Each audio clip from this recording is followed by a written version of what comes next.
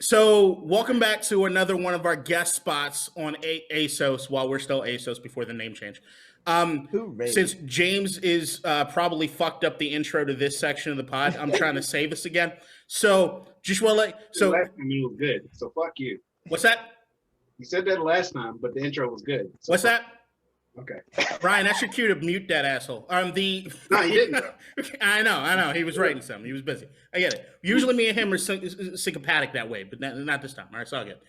All right, so we got my man Ron on, no, not my man, James's man Ron on, who listened to some of the arguments that we had on the pod and didn't necessarily agree with everything. I'm probably going to turn it over to James so he can set up the argument itself, since he just has a problem with introing. But beyond that, yeah, guest spot time. James, what's on the docket today? First off, fuck you. Hey, can I say something? Can I say something real quick though? Yeah. First off, I want to congratulate y'all for all the things y'all been doing. I love the fact that y'all are consistent and y'all steadily doing y'all thing. And y'all got my prayers, man. Appreciate man. it. Appreciate you. Appreciate it fully. Oh, that's why you the big bro. All right. So, Ron listened to the last pod, and a bunch of things ticked him off as they ticked me off too. So, I got three things to discuss with like all of us. The Real first, quick, does anybody have their phone near a computer or near a laptop? Just I'm hearing a little bit of feedback. No? My laptop is away from me. I'm only near a PlayStation. Do I need to get away from a PlayStation? It sounds good now. I think we'll be all right. all right. So the first, And then it starts immediately. What is going on? All right, we should be good. the first thing that Ron's pissed off about was, I think K-Dot, you said this. How you said that Derek Carr is not worth 2 first-round picks if Stafford got 2 first-round picks. Do you remember that? I do remember that. There's a little more nuance to what I'm saying. I think I was either taken out of context, which is that what the media does to me, or I didn't necessarily explain it the way that I needed to All explain right, go ahead. Explain the way you want to. Go ahead. All right, so my thought process is that they overpaid for Stafford. My thing is that when I'm looking at overall Stafford's age, what he's accomplished, I was huge on Washington going after Stafford, and apparently they even gave up more than the Chargers were willing to give up to get him because of how badly we want a quarterback. But it's the same reason we're going to overpay for Amari Cooper last year, huh? Right. You mean the Rams? The Rams, sorry, it's the Chargers. The Rams. I thought that the trade for Stafford was a lot. I mean, the golf plus and to me, is if I'm looking at the other quarterbacks, if you start off the offseason with that level sort of thing, I think it throws everybody's worth kind of out of whack. Because I mean, if we're looking at if Stafford gets that, then what does Deshaun Watson command? What does now Derek Carr command? Now we got Russell Wilson potentially on the trading block, maybe. What is he going to command? Because if Stafford's commanding this, where are we looking at with some of the other guys? And for me, when it came to Carr, if I'm looking at it a lot through the lens of the Washington football team, I liked us going after Stafford more than I liked us going after Carr. Okay. And the reason being, Carr is still one of those guys that's trending. We still don't know exactly who he's going to be. Mm-hmm. I think we know who Stafford is. And I think Stafford, as far as that bridge veteran, being up in age, you let him play out the rest of his contract, and that might be the bridge to a new guy. I think with Carr, you're going to be in that situation where we kind of were with that Kirk Cousins sort of deal, which is, are you going to have to pay this guy top tier money going forward to keep him if we don't think he's an upper echelon guy? And we've already talked about on the pod how much it's what percentage of your salary is going to that quarterback position. So to me, it's like I think when it comes to Carr and that salary coming up is where I pump the brakes and say I want us long term to think about somebody else, not Carr. So I don't want to give that much up for him.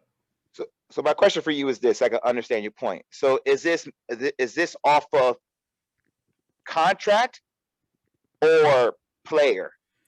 It's a combo. Because, like, to me, when it comes to Carr, I think Carr has shown flashes of being great. I think he's shown flashes of it. But I don't necessarily know, kind of in that Kirk Cousins territory, I think they're kind of tiered in that same way. Is he the guy that I'm going to pay Kirk Cousins level money or more because he's got more years left? Am I going to tie myself to him? Let me bless you real quick then. I disagree with you because Kirk Cousins was never in an MVP conversation. Carr has been floating around that MVP conversation, and you have to. Well, it's more than Kirk Cousins, and at the same time, you have to give him a lot of credit based off the hand of talent around him. Now, you did a great comparison in the sense of if we're talking about player and the cards that they have dealt with, as far as Kirk Cousins and Derek Carr, sure, they've been dealt some of the same cards in sense of talent. But as far as like being in topic, as far as MVP, whether it's been once or once and a half, he has the edge over Kirk Cousins in that conversation. There's that, but to me, it's like, and it's the same thing I always thought about Derek Carr. Look, Derek Carr is a dude that I want to root for. He makes it hard sometimes. You see, I think he's a bit wimpy online. He makes everything kind of bother him. Not to mention, if it's anything Raider related, you're not going to hear me say a lot of positive things because this asshole that's on the pod with me. But the idea that if he had that one run where it looked like he was an MVP candidate, okay, Carson Wentz, and I'm not going to pay a bunch of money to go get Carson Wentz to wonder whether or not he's going to live up to that or if he's not going to live up to that. Like, I just don't want to tie myself to a guy where the jury's still out when you have other guys out here potentially on the market that are more proven commodities. I think I know what I'm getting with a Matt Stafford. I don't think Matt Stafford's going to be lights out Tom Brady, but I know that I'm going to get a certain level of production with Matt Stafford. It's not necessarily going to go up and down. I think when you got a Russell Wilson, I'll leverage a lot for Russell Wilson. I think right now there's a lot. I think I'm willing to listen to a debate. Ever since he threw that interception in the Super Bowl, I don't think he's necessarily been the same guy, even though he's had certain runs since then where he looked MVP caliber. Shit, the beginning of this year, he was looking amazing at one point, and then the wheels fell off. But there's a Deshaun Watson. I've already said I'll give up the next 10 years worth of first-round draft picks because I already know what I got with Deshaun Watson. I don't want to tie myself contractually to a guy like Carr who comes in here, maybe throws up, maybe does a Kirk Cousins-esque type of year. Because I think we got the certain weapons that we have on offense, Terry McLaurin, maybe not even as good as the Raiders because we're looking at tight end too. But if he does that, do I then want to pay him top-notch dollars because he's going to command that? Yeah, and I think the biggest issue right now is that the Matt Stafford trade set the bar so high that any quarterback that moves right now is good. That's going to be the benchmark for what they're going to command. And unless it's a Deshaun Watson or maybe Russell Wilson, but his last season was way too like hot and cold. It's going to be tough unless you're getting a 10-year starter to pay the kind of money that he would command, which would be a ridiculous amount. And you'd probably be looking at locking him in to a $40 million plus a year contract if you were to make that trade. So let me add something. Or you'd be leveraging a lot of first rounders to maybe then not have your franchise guy 2 years down the road, and then you've lost 2 years worth of first round, second round picks. It would be tough. Can I sidebar something real quick? Because it's something I brought up on the pod a couple weeks ago, Sure. which is that if you look at over history, we're reaching a point in the NFL that has never existed. The turnover in starting quarterbacks and coaches in the NFL is at a level at which we've never come close to this. Where you can look across the league and think these are the guys, even if they're not the number one or number two guys. But even you got these guys, you got so many guys that are in the top 20, top 15 that are looking at changing teams. I think we're reaching a moment where we're looking at as far as the trades, what people are giving up and what it is that the contracts are going to be. I think we're going to hit this new territory. I don't think anybody has it figured out just yet. And I think I'm looking at all of this through the Washington football team lens. That's where the Carr Stafford thing has come in. And what it is that I want them to do. So if I'm looking at it right now, I want Sam Darnold more than I want Derek Carr. The reason I want Sam Darnold is because oh my God. I get it. I'm on record with saying how much I think Adam Gase has destroyed Sam Darnold or try to destroy Sam Darnold. Let us look at Ryan Tannehill But I also look at Sam Darnold and say, all right, what's Sam Darnold going to command on the market as far as the trade compared to a Derek Carr? Oh, boy. Darnold, you could probably get for a third at this point. And if you're talking at a third, he's still in his rookie contract. I'd rather kick the tires on that and see where it is we're going to land and not tie myself up to something long term. You're not losing a lot with also right now at a hot and cold commodity, because Sam Darnold comes out, shows flashes of being an elite quarterback, and then goes back into the hole from whence he came, and that team looks like garbage. But at the end of the day, you're also probably giving up probably a 3rd or 4th round pick, and then what you're not tied into, oh shit, we gave up 4 years worth of picks for this one guy. We might as well give him the contract now and see if it works, because we're already locked in on this particular guy. He is the guy. Sam Darnold, you can do it for a year or two, kick the tires. If it doesn't work, dump him and start over, because you're not fully invested in this one guy. James, say what you're about to say, because you're highly disrespectful right now. Go on. I know, like, I'm trying to add shit, but they just keep going back and forth, so I'm just letting it cook. All right, so who's more proven, Sam Darnold or Derek Carr? Derek Carr.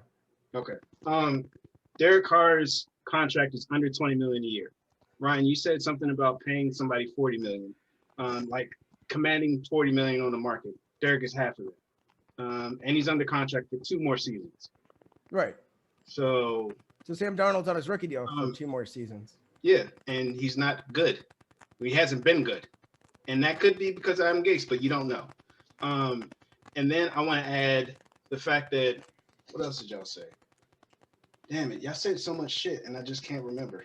Yeah, you take notes. The amount of picks that you'd have to give up to get Carr. There we go. Right, so Derek Carr, Matthew Stafford got 2 first-round picks, but I feel like we're forgetting that they had to take on Jared Goff's contract.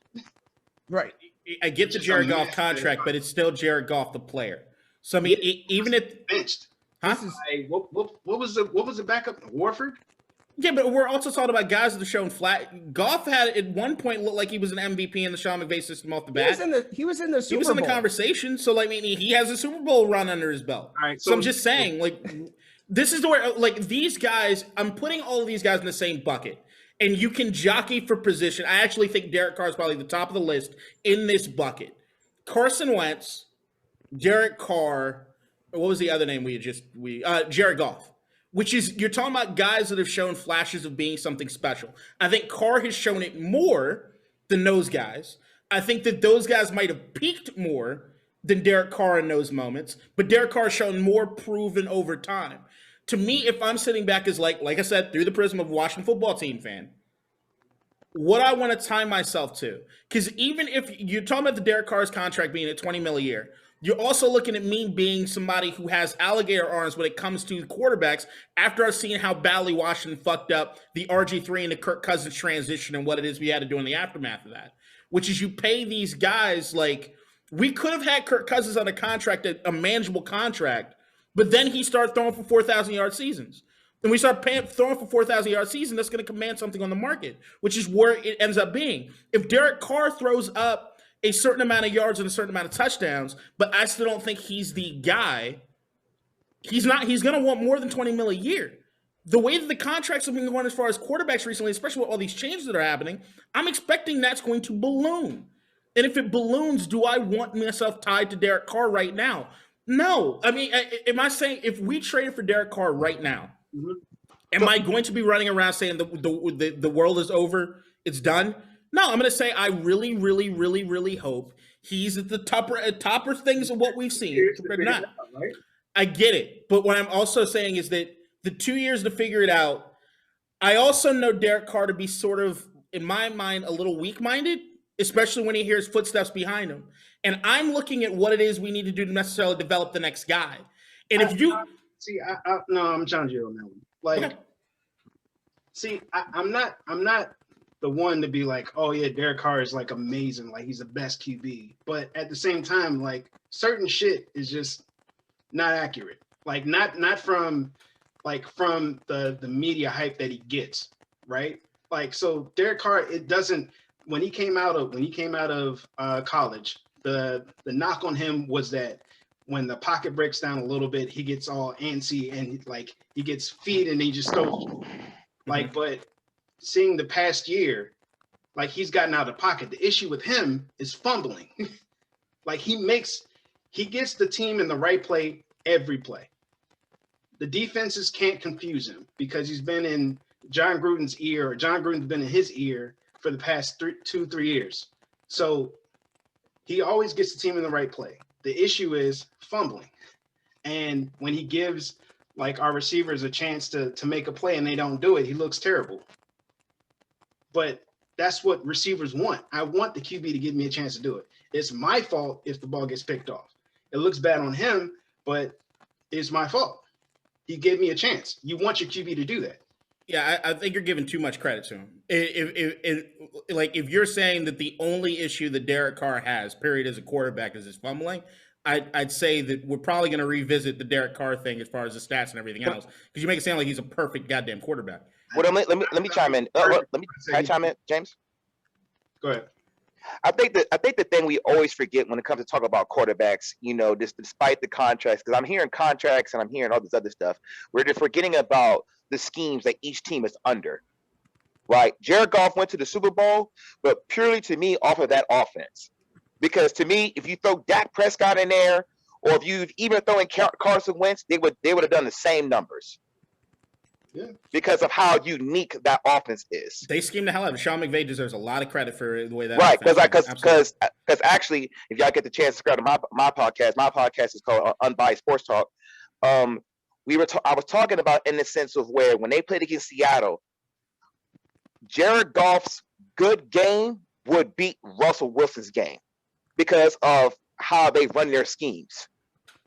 But that's neither here or there. I think the thing that you're confusing me about is your worries because you're speaking from the Redskins point of view, right? As far as a fan, is that what you're saying? That the argument that we were having about Stafford and Carr specifically, I was looking at every word that I said was speaking at it from the words of a Washington football team fan. Okay. To make it clear, because I think now that you're saying it again for me, I understand your point, but I'm kind of not understanding your vision though, because of where is it one of those things? Are you worried about winning, or are you worried about a contract? I'm worried about long term. The thing that I'm looking at with the Washington football team is that starting quarterbacks. The defense right now, everybody looks at as far as how solid they are, right? Almost every person on that defense is still on their rookie contract. Those dues are going to come. And I think that it's very important to retain as much of that as possible. Because in my opinion, the way you build a team is trenches, defense, skill positions, quarterback. That's my blueprint. Offensive line. Gotcha. That's why I said trenches. Trenches. The angle for me when it comes to that is that I don't want to tie myself to something that's not a proven commodity yet. I'd rather when it comes to Carr, if Carr plays his 2 years for $20 million, right? When those 2 years are up, that's going to be a contract that I've got to figure out.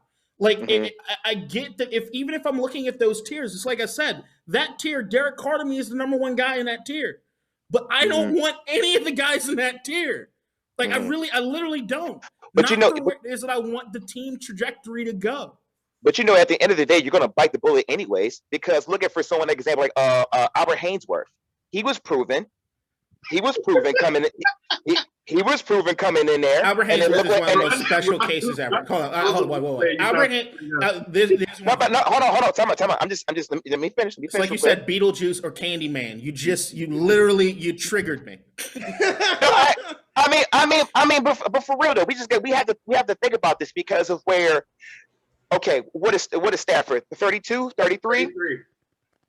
33. One hit away from getting his ass suplexed. Agreed. Yeah. Now, which is why the market for someone like Derek Carr is going to be so much higher than the benchmark they just set, which is why it's scary to think about bringing another arguably unproven commodity in for what he's going to be worth on the market. And I've after only what just said happened. Stafford's a bridge quarterback. I've only said Stafford's a bridge quarterback. You have to pay. But I'm good with paying the bridge because I know in 2 years I'll have another guy that I've developed and Stafford can kick rocks. That's my thought process. Is if I'm going after a veteran like Stafford, it's the same way that if Phillip Rivers going to Indianapolis last year, where you got a veteran, proven guy, you know what you're gonna get. I don't think they were planning on him retiring so early, though. I don't think so either. I think that they thought they were going to get another year out of him. Now they have no QBs. But you do know trying to get luck back. You do know Phillip Rivers and Matthew Stafford sit in different classrooms, right? Say how so? Whoa, Philip Rivers is a proven winner. Matthew Stafford is a proven loser. All right, I do. There's a little bit that I would push back on that. There's some that I push back on that when it comes to like there's no getting around it. As far as help goes, Matthew Stafford had Calvin Johnson, which is just it's a cheat code that he had in his pocket. Hall of Famer. I will also say coaching staffs, defense, anything else that you want to compare between those two guys. It's not close. Then if you want to look at, all right, dudes that put the team on their back, fourth quarter comebacks, Stafford has them. Stafford has Rivers. But it's their job to make it close though. Like a prime example, you know how many stories you hear about quarterbacks going to defensive coordinator's room and helping out and everything. It's his job. You're absolutely right in the sense of like outside looking in, but once you get in, you have to understand the things that do happen once you get in. Don't get me twisted. Don't get me twisted. I'm not saying Stafford's better than Rivers. I took onus with you saying that they weren't in the same room. Like me is that. I disagree with that. Just because if I'm looking at it from if we're talking about like dudes that keep their team in the game, it's not like we can go back as far as on those Lions teams and say that they got blown out all the time. Same thing with the Chargers. The Chargers are notorious for being the team that loses by one score over the last decade. Like I come on here and I've talked about who I think one of the greatest teams of all time are the 2010 San Diego Chargers. I've said this over and over and over again. I do believe Philip Rivers is better than Matt Stafford. I also think that if Matt Stafford had the same coaching, talent, and things around him, it would have made a much better conversation. Because the Chargers' defense, compared to the Lions' defense, night and day, and has been for the last 15 fucking years. Yeah, but your offense can't become your defense, though. See, this is where I think you're giving too much credit to Matthew Stafford because, first off, to me, most of his proven games were on Thanksgiving Day. Oh, I can't watch him on Thanksgiving anymore. I mean, you know, and so let me shut all this out because you said something about Sam Darnold too, and I feel like we're trying to give them a pass, but we have to be realistic too. When these dudes are popping out of USC, Georgia, Clemson, Miami, those guys come back and educate you. So we can't keep on saying, "Oh, coach is this talented, this and everything." When you're having this constant education to come in and try to help you handle yourself to be a pro. Prime example: who was before Deshaun Watson and Clemson? Do y'all know the answer? I do. I don't know why I'm blanking because I literally just watched a video about the title game.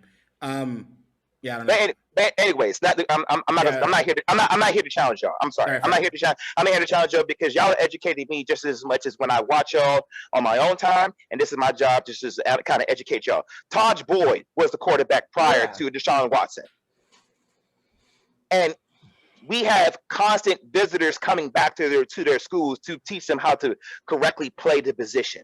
Peyton Manning be having quarterback camps on how to teach quarterbacks how to properly handle the position. And it's not just about throwing the ball. It's about being in those other rooms, those top-tier talents.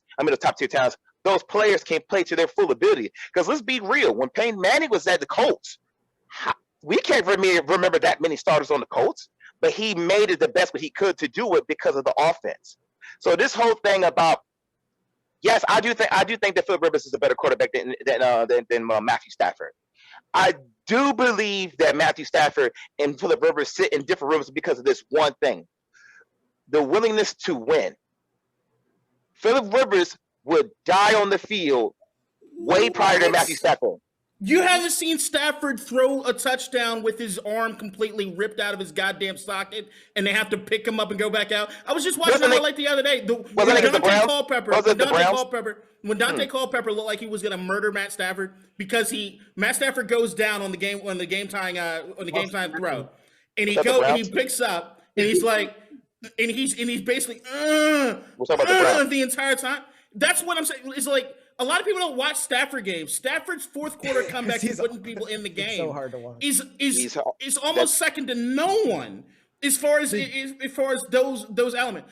Look, if you want to tell me about what it is they do during training camp as far as being in different rooms, I'll digress to you. If you want to say that there's a certain element that they do as far as preparation, I'll probably digress to you because I don't know their preparation. But what I will say is that during the game, there are hard pressed to find more people that have been more ride or die for their squad than Matt Stafford has been. I will take onus with that. I'm not disagreeing. Me and you agree that Phillip Rivers is better than Matt Stafford. We're settled there. But what I'm saying is that if we're looking at those top guys, if we're looking at those tiers of quarterbacks, over the last 10 years, you got Tom, Peyton at the end. Not really up there, but let's throw Peyton in there just because his name recognition. Drew, Aaron, Russ, might be it. Might be missing a guy. Next tier, Phil, Matt, Stafford, Matt, Ryan. That might be it. That might be it. wait a second. You're putting Matthew Stafford with someone else who won an MVP? Who? What? You said Matt Ryan. Matt Ryan won an MVP. Matt Ryan has been to the Super Bowl. They're in this pod. There is not a bigger Matt Ryan fan than me. I'm a Boston College fan, which is insane. I hate Matt Ryan with everything in my soul. Like that Virginia Tech game, I still watch it and almost jerk off to my computer. Okay, Virginia Tech's my favorite team too, so let's not talk about that. Keep pushing. Oh, I still love that game. Matty fucking ice. All right. And the thing with Matt Ryan is that even though he's shown as far as the MVP thing, we can also say if we're looking across from a talent perspective, probably on offense, he's probably had more talent on offense altogether than any one of these guys. You're right about that. There's a certain element that I'm going to hold Matt Ryan accountable to. Look, Matt Ryan is going to, if Matt Ryan retires tomorrow, what is he going to be known as? The guy whose team blew the 28-3 lead when he made it to the Super Bowl? Not his fault. I don't think it was his fault. But still, that's the legacy he's going to carry. And that to me is like, if we're looking at these guys, they've all shown flashes of being great at certain points. But summing it all up, as far as the rest of their career, I even think if we're talking about the tiers, Roethlisberger to me is a cusp tier guy, in all honesty. Like, he's got the 2 Super Bowls, same with Eli. And I know early on Ben put up monstrous numbers. But Ben's been riding on that goddamn thing for a while now. Yeah. Also, if we just real quick harken back, we just put Matt Stafford with probably the best scheme coach in the league. My guess is when they saw the ability to make this trade, McVay was like, oh yeah, I want that guy. So there's got to be something there. I'm interested to see what he can do for the next 3 years probably. And if not, Matthew Stafford's going to do it up because he's a true vet. No, he's going to do it up over there. My only concern for him is his age, obviously, because of his health. Yeah, I mean, but I've also seen him take monstrous hits and get back up and then throw game-winning touchdowns. So I mean, at a certain point, but y'all brought that up before he played the Browns. But all right. But my thing, and once again, looking at it through the he doesn't like the Browns. You know what the Browns were at that time when Matthew Stafford did that? Shit. They weren't hot garbage. Look, looking at this also, once again, through the lens of a Washington football team, the team that needs a quarterback right now. As much as I love Taylor Heineke, I'm not leveraging my entire future on Taylor Heineke. It's just not going to happen. They just may have bridged Heineke. Heineke gave him perfect money. If you look at the contract, the incentives that he has, if he accomplishes certain things, that's going to be a guy in training camp that I'd love to see. But what I'm looking at is I'm not a believer in starting rookie QBs. I'm not. I'm a believer of trying to get them in the classroom, in training camp, in practice, and you work with them through a point where you could say, all right, now it's time to go. That's my philosophy. But it's changed. It's changed. I'm saying it's changed.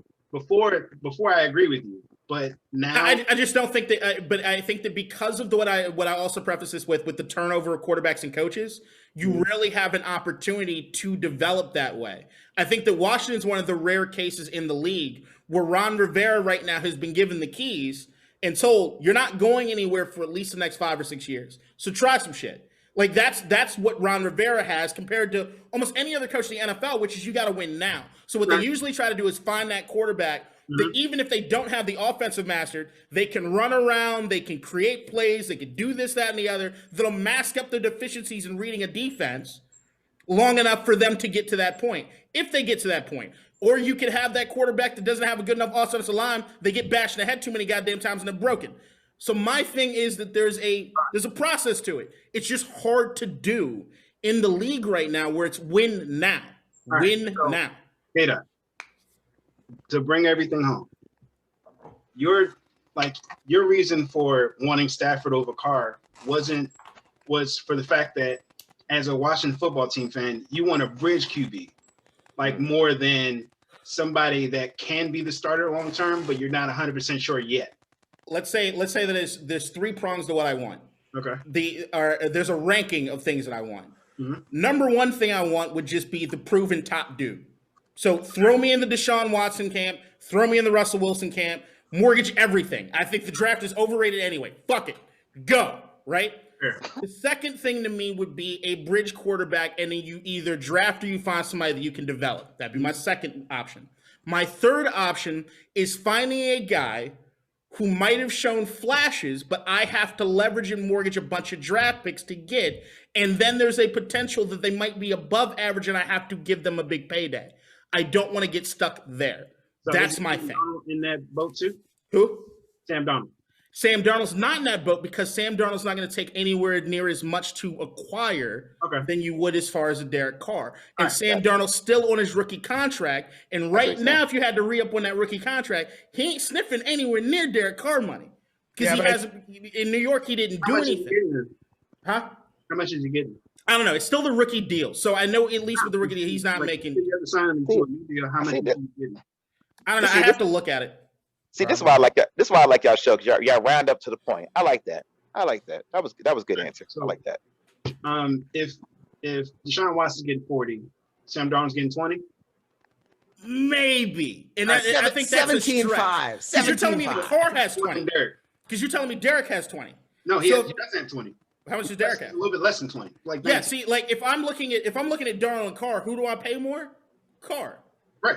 So if I'm looking at Darnold right now, Darnold to me is. But you got to remember that it depends on when you sign the deal. But see, me right now is anybody that I know that doesn't cost a lot of money that I can kick the tires on. I want them here. Why not? More camp bodies, right? Like at this point, if I'm going into this offseason, I have Sam Darnold, Kyle Allen, fucking Taylor Heineke, and everything else. Bring them all in. Bring them in. I don't know who's going to be the guy. 71 quarterbacks in training camp, no fewer. Like this right now is a time when you need to get like the Deshaun Watson type dude, because the rest of your team is so young and you can win right now, like through the next couple years. I disagree with that part. I want to hear this. Only because you have to hear what he's saying. That's why I was spending the time what he was saying. Like, remember he was talking about Kirk Cousins and the amount of yards he was throwing, touchdowns he was throwing. He basically made his pocketbook bigger. Right? Mm-hmm. Is that what he said, right? Yeah, he wasn't winning games. He was just throwing up a bunch of fucking yards. Like, he didn't do anything. Right. So the one thing I think about Deshaun Watson is this. When I think about Deshaun Watson, I think about the pocket purse that Joe Flacco got. And look how it ruined the team for a little bit. Okay. When you bring someone like Deshaun Watson in there, and to be real, who was still trying to find their locker room leader, because I find it amazing that Chase Young's one of those leaders. I find it really amazing. But to see that and to have him come in, it's one of those things where it's going to be really hard for the Redskins to build also. So that's why to take the time to be on the show and hear what he's saying about Sam Darnold and Matthew Stafford, I totally understand where he's coming from. No. So I from a financial standpoint, I don't want to see Deshaun Watson at Washington, because to me he was stuck there growth. How? It could be true. I think that there's a certain element of that, but I also think that Deshaun coming in, the way that this team is built, with the way you said about Chase Young, I don't think Deshaun's going to be looked upon as needing to be the leader here. And I think no. So no. It's not about it. So, I'm saying this because contract. No, follow me real quick. So let me just throw some veterans out there. Calais Campbell. Let's throw out another veteran out there. J.J. Watt. Help me out. I want to say Khalil Mack because I don't know much about the Bears to say. Don't say Derek Carr. Don't say Derek Carr. No. That boy got some growing to do. Who? I said, Eric, I ain't say shit about Carr. What are you talking about? I'm just messing with you. I love you.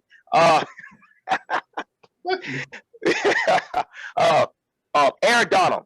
Okay, Aaron Donald. And even bringing in someone like Jalen Ramsey and everything, right? Right now, Washington is still trying to get their culture right. They still are. You know, you're seeing it through the quarterback position because you already know it starts at the QB position, right? Now, when you have someone, and players are not dumb, when you have someone like Deshaun Watson coming in with that big of a type of purse, they already know that he holds value enough to hold back 3 players from re-signing. Because that's what's about to happen to the Ravens when it comes to Lamar Jackson. Because you already hear about Orlando Brown once out. Mm-hmm. Yeah. He ain't gonna be the only one. Not gonna agree with that. So that's what I'm saying. From a player standpoint, it makes absolute sense for the Redskins to get him.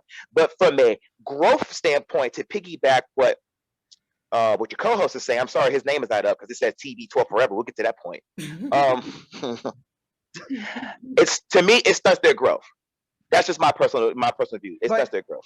If they can win now, yeah, you can win now, and if you want to keep winning, you do what TB12 did and restructure your deal to keep some of these guys around so you can keep winning. But he's at the age where he can do that. He's like 55.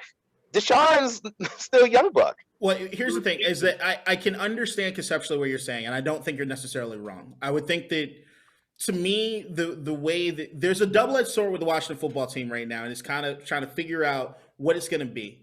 There is a sort of mentality that like that defense is going to have to get paid, and it's going to. And the thing is, those contracts are about to rush up because you're talking about all those first-round picks. We're looking at like 3 years before it really becomes an issue. All right, so we're talking about like the offensive. You're talking about Jonathan Allen, Daron Payne, Matt Ioannidis, all those guys. Ryan Kerrigan's about to probably be a cap casualty, even though I heard he's willing to take a pay cut to come back. Chase Young still's got years left.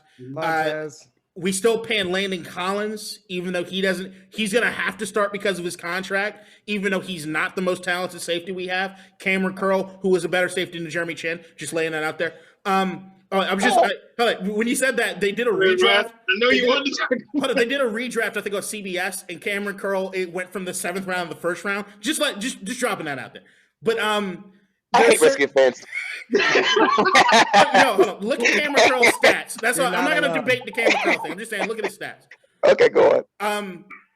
A lot of these contracts are going to come up, and what I don't want, like, I don't think we have a Tom Coughlin sort of situation where Jacksonville and like that defense was like world-beating defense turns into nothing, or even a Legion of Boom breakdown that turns into nothing.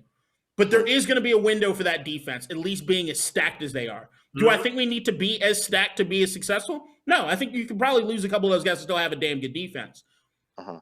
So there is a part of me that's like, okay, what do you need to do contractually to get the best out of the team right now before all those defensive players come out? So there is a rule of thumb that, all right, go big right now, shoot as hard as you can for this window. Because in my opinion, like if we get a Super Bowl 3 years from now, 2 years from now, would I get the Super Bowl for 10 more years of sucking?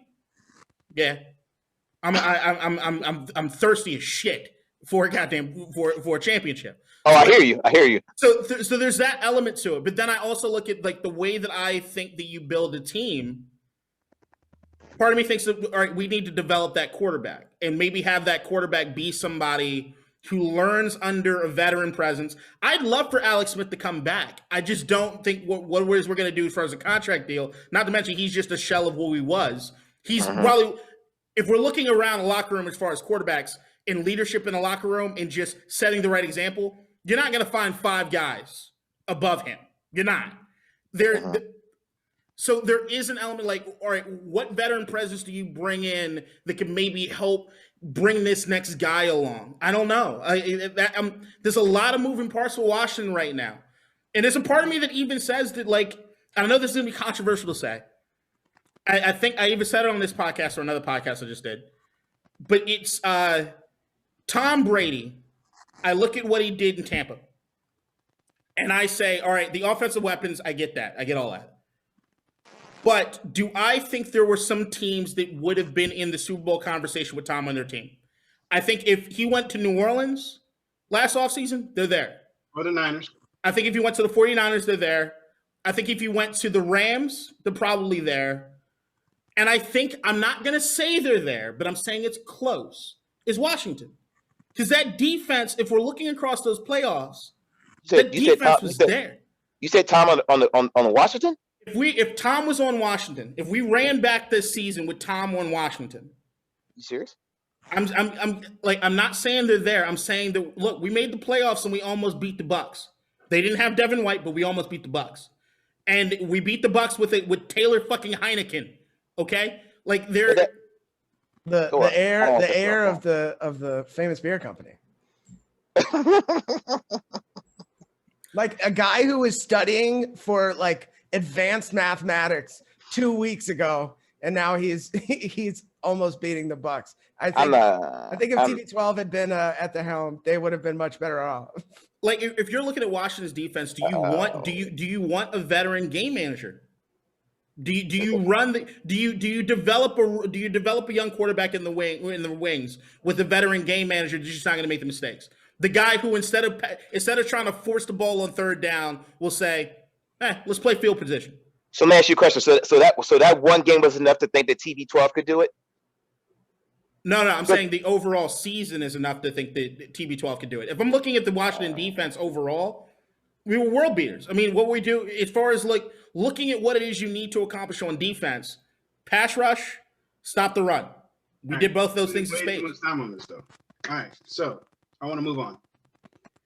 Ron, earlier in this conversation, you were talking about who was at Clemson before Deshaun Watson, right? And then you did this whole discussion in regards to like QBs or positions coming back to the next one's coming up, right? Yeah. Yes. Would you not say that is the case at LSU too? And regarding to who? You know what position at LSU is the shit every time the past couple of years? Or wide receivers and DBs. Exactly. Receivers. Yeah. That's the case. That brings my attention to Justin Jefferson. Who I get to sit this one out a little bit. who lost out to Justin Herbert for the Rookie of the Year. Ryan has stupid strong, like really strong feelings. Not saying his opinions are stupid, just it's a stupid strong opinion. No. I'm not saying Ryan's stupid. No. Like we're talking about Ryan. Ryan's smart as fuck. All right. So I'm saying he has really strong opinions that Justin Herbert should have won the Rookie of the Year over Justin Jefferson. What do you say, Ron? He, like the first time how I met Ryan, he's drunk at the bar.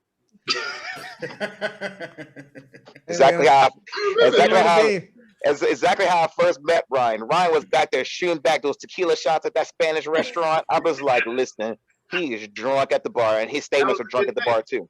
That was a good night. I'll take it. I mean, well, let me add something, Ron. Go on. Only one of these two rookies was all pro.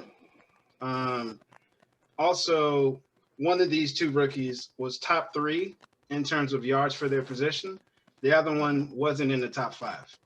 Only one made the Pro Bowl, right? Mm-hmm. Yeah. Yeah. And yeah. But I saw like a Vikings fan, very biased, discuss this, right? And he was like, Herbert was great in terms of passing yards, but he was middle to mediocre or middle of the pack in every other important stat. Mm-hmm. Whereas Justin Jefferson wasn't. But if you look at the comments under, it was actually like, I think every single Chargers fan that they have went to that video because they were killing him. I think I watched the same video. Purple for the win. Yep, I watched it. I listened to it in the car. Shit was so funny. I was listening to dude talking. I'm like, Just calm down a bit. He sounded biased, which he sounded biased the entire way through. It was just kind of like, what the fuck are you talking about? Comments were just hilarious. I've had a week to digest my clearly biased opinion because I think Herbert is the truth. No, he is. He's the truth. Here's the thing. Hey, I think a lot of people are doing the wrong comparison to see who should have been offensive rookie of the year. Okay. So we're talking not about the overall MVP. We're talking about the offensive rookie of the year, not the offensive player of the year. So if you're comparing Justin Herbert against every other quarterback, and if we added those quarterbacks into this conversation, he was not the best quarterback this year. No question about that. This is a quarterback league, and there's a lot of people like Tom Brady and I'm not gonna put Aaron Rodgers in there because now I'm angry at him because he's a fraud. Drew Brees, Russ Wilson was very good for like 10 weeks this year. Why are you mad? But if you're taking them in the context of the best rookie performance of the year throughout the year, it's Justin Herbert. He broke multiple rookie, almost all the rookie quarterback records. Yeah, Baker Mayfield. Yeah, the long-standing Baker Mayfield ones. No, so I got a question. Is he still going? I got a question for him. No, go ahead. What do you think is easier, breaking a quarterback record or a wide receiver record? I mean, breaking any of the records is difficult. That's not answer the question. Answer the question now. Don't duck it. Wait, to break one record or to break all of them? I'm asking you. What do you think is easier, to break a quarterback record or a wide receiver record? It's probably easier to break one quarterback record than it is to break one wide receiver record. And I know where this question is going, and I have an answer. All right, go on. Let me hear your answer. No, you got to ask the question first. Yeah, go ahead. Ask a question. No, he gave you the answer. I'm still going to listen to this. So here's the point. If in any other season, I said this last week, in any other season, if Herbert's not there, Jefferson runs away with offensive rookie of the year. He had an incredible season. Incredible. However, Justin Herbert broke every conceivable rookie quarterback record. Not one of them, but almost every single one. To break one wide receiver record is harder than to break one rookie quarterback record. I will give you that. However, Herbert broke almost every single one simultaneously. And that is why he had one of the most incredible rookie seasons at any position ever. Yeah, Keenan Allen. All right, let me get in here now. Let me get in here now. Keenan Allen now? Yeah, I have that too. Not yet. No, we're good. Wait a minute. I ain't listen. I'm not entertaining Keenan Allen and Adam Thielen. I'm not here for the show, guys. I ain't entertaining that conversation. No. He needs a smoke. You said it. Let's stay with the Jefferson Herbert thing. And let's stay with the Justin Herbert thing, because I was just talking to your man and he put money on the table. Now he's over here. He's putting stats on the table. So let me put this on the table. Both of them practically had losing seasons, correct? Oh yeah. I mean, the defense on the Chargers was just hard to watch. Decimated by injuries. So despite the dancing by Justin Jefferson, who really took over the show of the NFL? And my answer is Justin Jefferson. Because you have someone like Stephon Diggs who left, and so a lot of people are already coming in and think, oh, that's an empty place. There's already been, things about the draft when it comes to Jefferson, like even myself. So I owe him an apology since y'all have more views than me.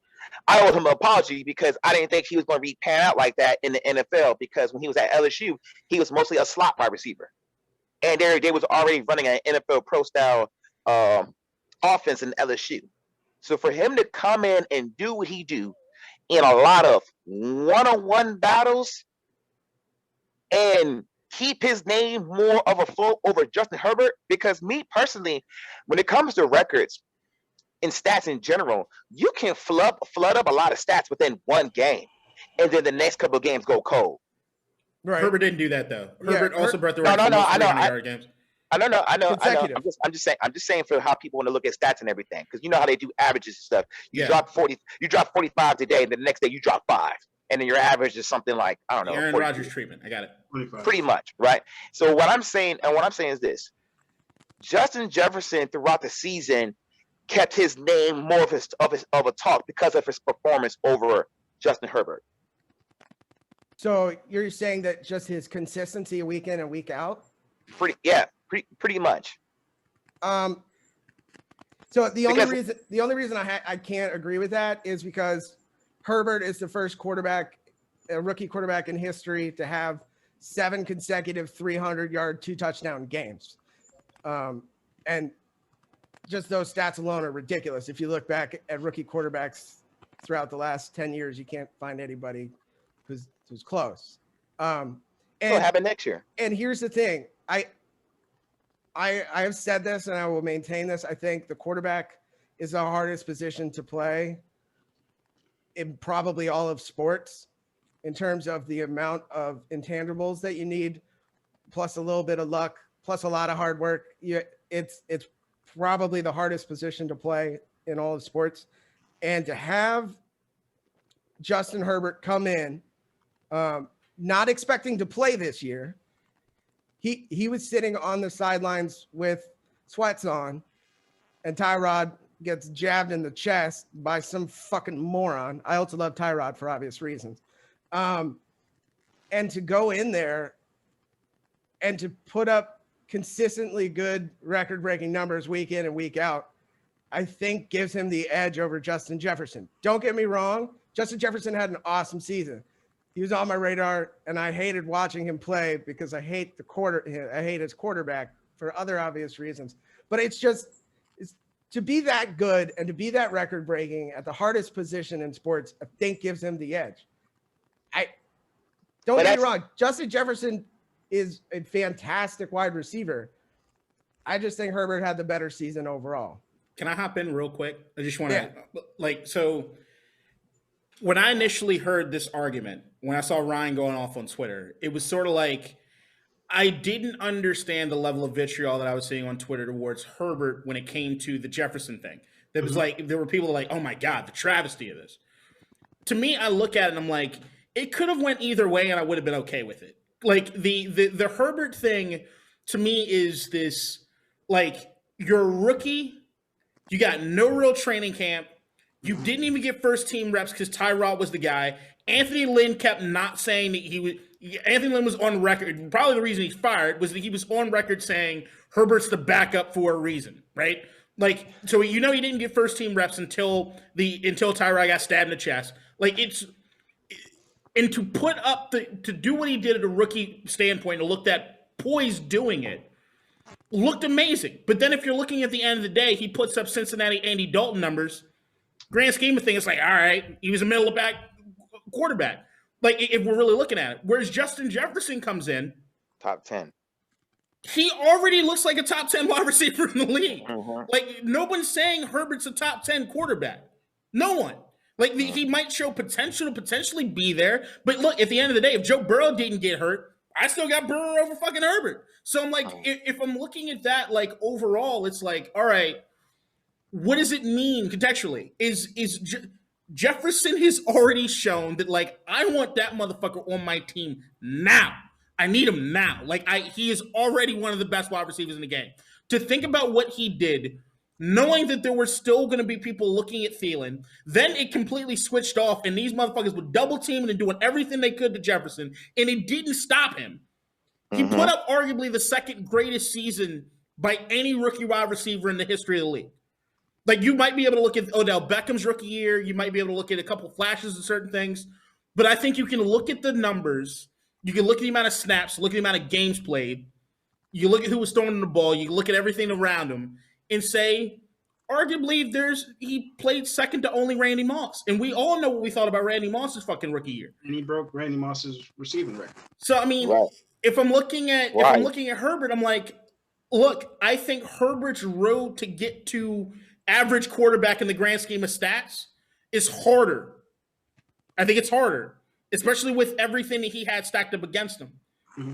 But once again, I go back to I really do think it was a toss-up. I think it's kind of ridiculous the lack of votes that Jefferson got compared to Herbert. That's kind of where I think a lot of people were pissed off. But my thing is that the way that the voting works, it's not just a poll. It's an A or B.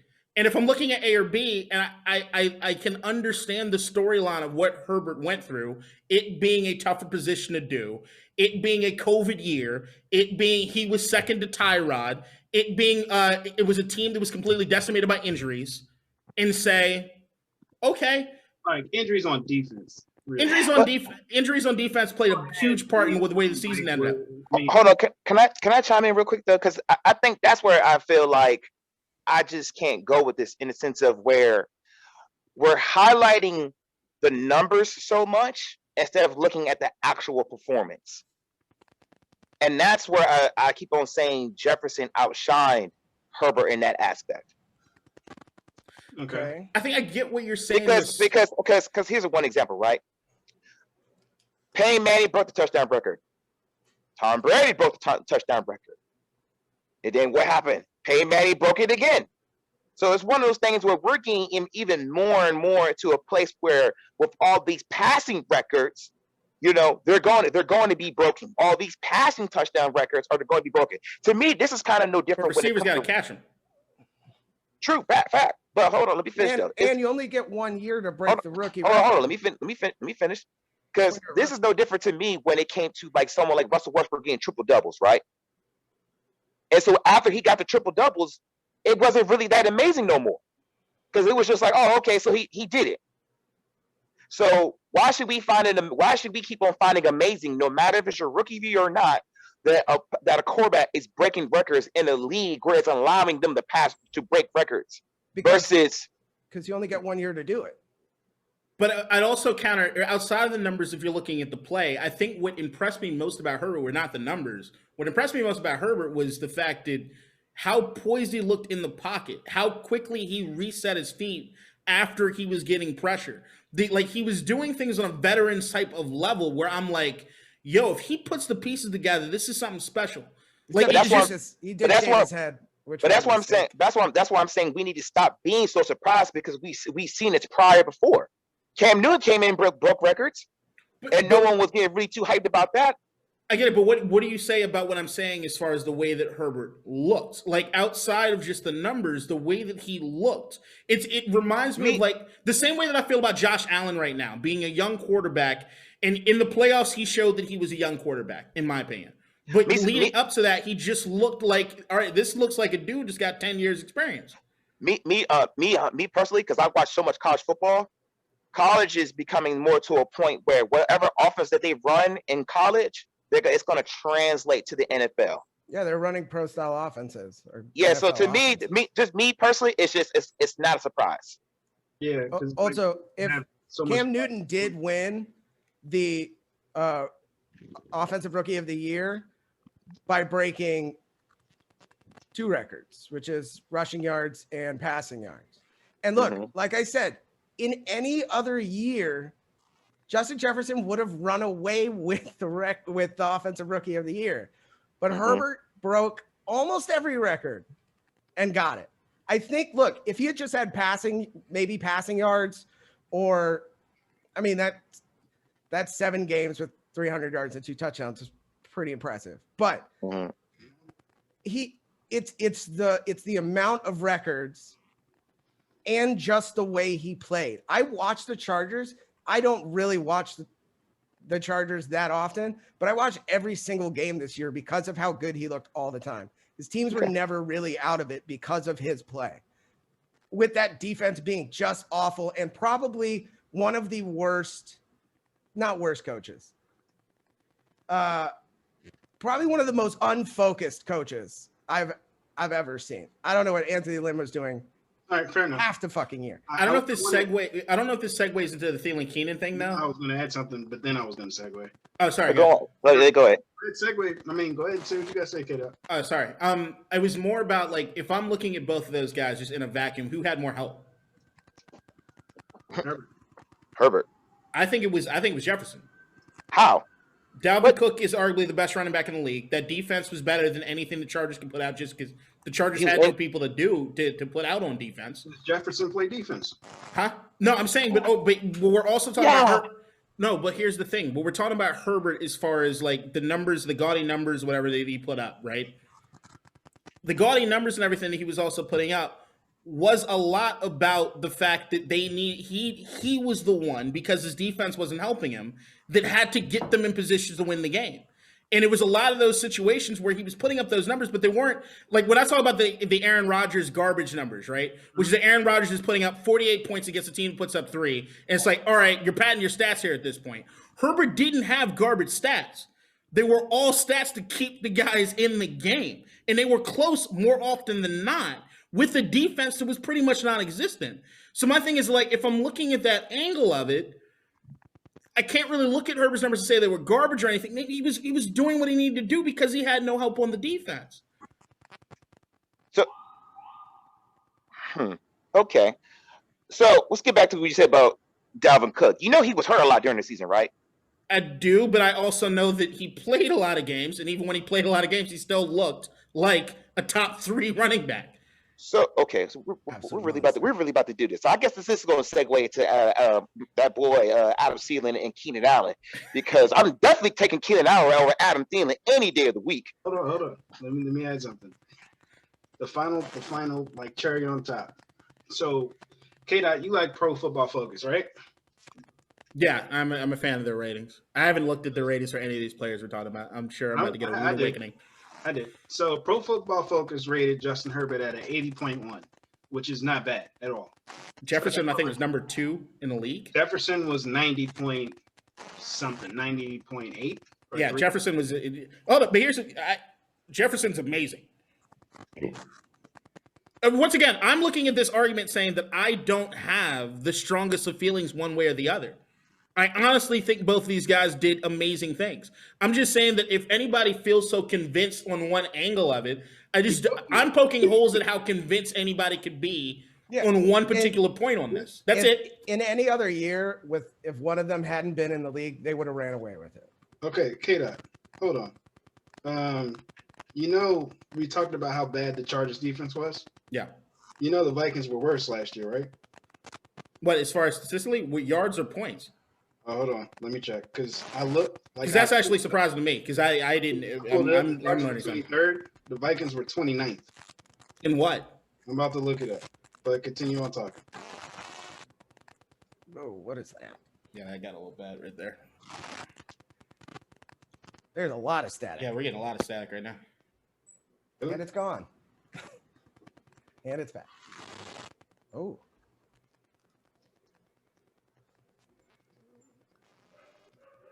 All right. Better. Yeah, I really don't have much else to say. Points. Was points. What about yards? Yards. All right, hold on. They're still worse. Minnesota was the 6th worst defense, and the Chargers were the 23rd worst. That I will be the first one to say that I stand corrected, because when I was looking at that defense. The Chargers were a top 10 defense in terms of yards. What? The Chargers? Yeah, they stayed in a lot of games, but at the end of the day, when it came down to the injuries that they had in that defense alone, was insane. And they still had top 10 defense. And they still fired Anthony Lynn's ass. So I'm just saying. But that was more so like game management. Game management had a lot to do with it. Overall, management. When I was looking at the flow of a lot of the games that I for some reason last year, there were certain teams that I didn't watch as much football this year as I have in the past. I'll be the first one to admit it. Because even when we had the first discussion, James was blown away by the fact that I didn't really see that much Jefferson. Because I hadn't been turning on ESPN in the mornings. I haven't really been seeing the highlights. Jefferson to me, a lot of his season went over my head as far as stuff that I was seeing. For some reason, I did catch a lot of Charger shit. For some reason, they're always just in the periphery for me. And there was a lot of stuff that I was seeing with the Chargers that I was kind of like, God damn, man, that dude's working his ass off to try to get shit done. So maybe I'm looking through a lens of I just didn't see enough. Yeah, I'll be the first one to admit it. Now, let's and I'm biased, so I know. Let's transition to the main topic here. Brian, Hey, on the last pod, you said that Adam Thielen is a better receiver than Keenan Allen. and I will.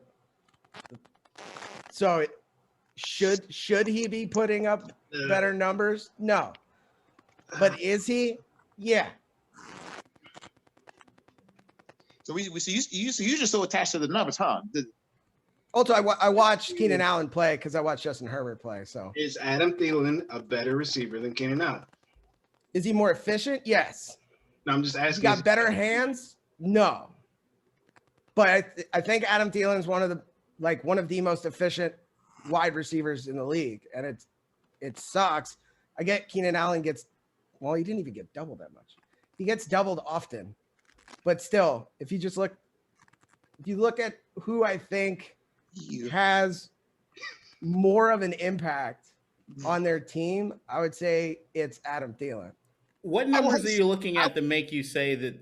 Like, I'm looking at numbers right now, and I'm wait. Why are we so stuck on numbers? No, but here's the thing: is like I want to bring the argument to him. Like, what are you seeing in the numbers that make you think that Keenan Allen is so much better than Adam Thielen?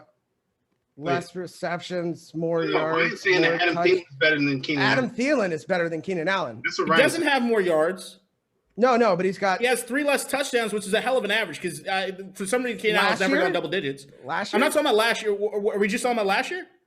Oh yeah, I'm saying that currently Adam Thielen is a more efficient and a better wide receiver for his team than Keenan Allen. Well, don't add extra shit, right? I'm saying better receiver. Good Jesus Christ. Get me on this show. Because see, that's what stirred me up. Because time out. You just said that Keenan Allen is over there getting doubled up. So who are you taking? You taking Mike Williams over Justin Jefferson? Because Justin Jefferson is definitely helping out Adam Thielen. And to me, Adam Thielen was a ghost town because Justin Jefferson did it up. He was a ghost town? Versus Jesus Christ. Versus when it come to Adam Thielen and who was taking over the show between him and Justin Jefferson took over the show to the point you thought he was the number one wide receiver. So how can someone like Adam Thielen, who's not even getting double coverage or anything, and the man said he had Dalvin Cook too, how can that dude reign over someone Keenan Allen and he's getting all the smoke with all the defensive coverages? I mean, yeah, Keenan Allen had more receptions than Adam Thielen. But how can I if I'm getting doubled? Because he's better. Because he's better. Right, but your argument is that because he's getting double, that he should not be producing? More than Adam Thielen, if Adam Thielen's not getting doubled. Adam Thielen's playing the slot. That's just like going to another point of saying that Keenan Allen is a better receiver than Adam Thielen. Right, but he's not producing. How can I produce when I'm in double? Than Adam Thielen, right? Because you're supposedly a better receiver. But see, okay. Huh? All right. No, say it again. I didn't catch it. You don't need to catch that one. So my point is, you should be winning even if you're getting doubled. You should be winning the balls. Right. You should be catching touchdowns. You should be, yeah, and getting. Come on. He's also got Herbert throwing to him. So okay, so a running back should always be scoring when he gets 10 in the box then, versus someone who gets 5.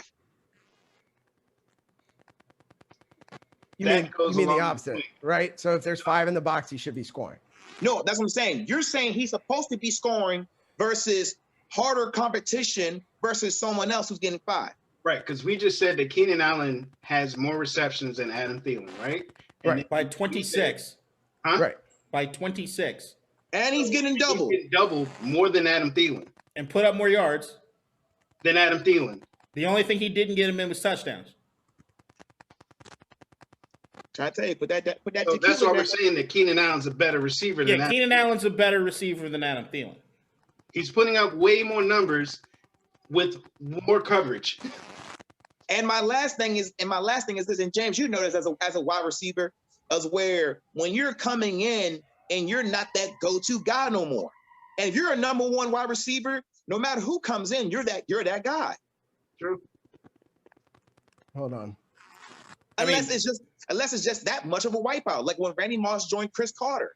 It got to be that much of a wipeout to be like, oh no, I'm the guy now. But I guess I'm looking at this argument as I never thought of Thielen as a number one. Like even I when, like your attitude. like even with, to me, was Thielen was always so. Thielen is a great Robin, an amazing Robin, to a Batman. Is what Stephon Diggs does in Buffalo this year. I look at him as a 1B. All right, maybe you can give 1B, but he's not. Look, he's not a number. Adam Thielen is not Mike Evans. Adam Thielen is not fucking is not Keenan Allen. He's not. I mean, Cleveland's probably a different Jarvis Landry. He's not even in the Calvin Ridley. To be honest with you, he's not even the Calvin Ridley. I don't care what. I might not even. You know what I mean? I don't care if you look on. I don't care if you look at Yahoo. I don't care if you look at MySpace, Facebook. That boy, listen, he gets too much clout.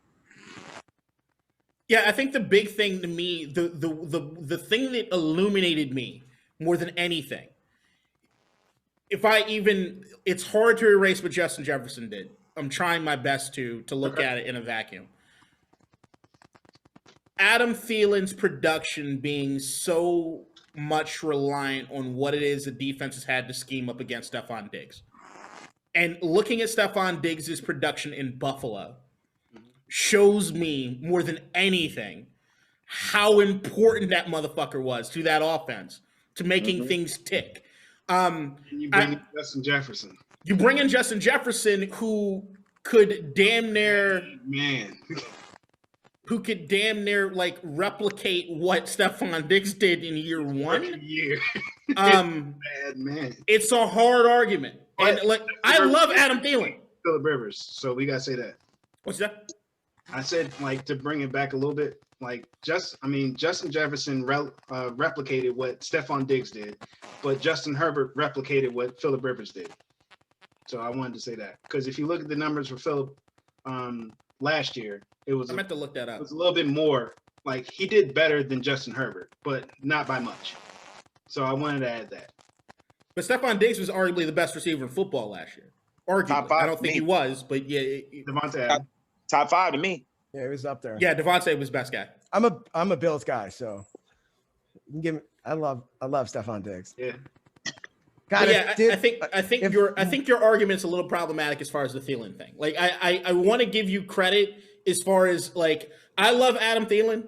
He's been a great guy on my fantasy team because you can usually get him at a really, really affordable price, and he puts up some good stats for where you're going to pick him up. I wonder why. Huh?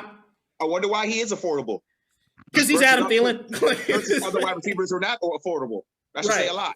Yeah, I mean that's the thing is that like I think going into this year, no one's of the idea that Thielen's the top guy in that offense. No, is anybody? They're coming into next year in terms of receiver? In the terms of just the way that we look at the team, he's not the guy on that offense. He's third. No. Not after that performance Justin Jefferson just did. You would think he's the guy now. No, I think just what I'm saying is that Thielen fits as what, third on that offense? Yeah, because you're not putting him up against Dalvin Cook. You're not putting him up against. You're not saying he's better than Jefferson. So he's third. He's third fiddle. Because Dalvin could catch out of the backfield too. Yeah, right. So I don't know, Ryan. I try to be on your side with a lot of this shit. I just can't follow you into this one, man. Huh? I know you do. Better production. It's to piss you off. I know. It works sometimes. Other times it don't. Then you get pissed off, and I love it. All right. So, hold on. So James, are we doing this next topic? Because I see his name. I want to talk about this because I've been having this emotion all week. Yeah, that was next. What's all next? Right, look at this. I didn't see anything on my list. All right. So the first thing I had on the list was discussion of the Super Bowl. And all right. So are we just all right. So forget my intro that I did to this pod. Yeah. Re-recorded intro. Ron We're gonna rock and roll through that thing. Love having you, Ron.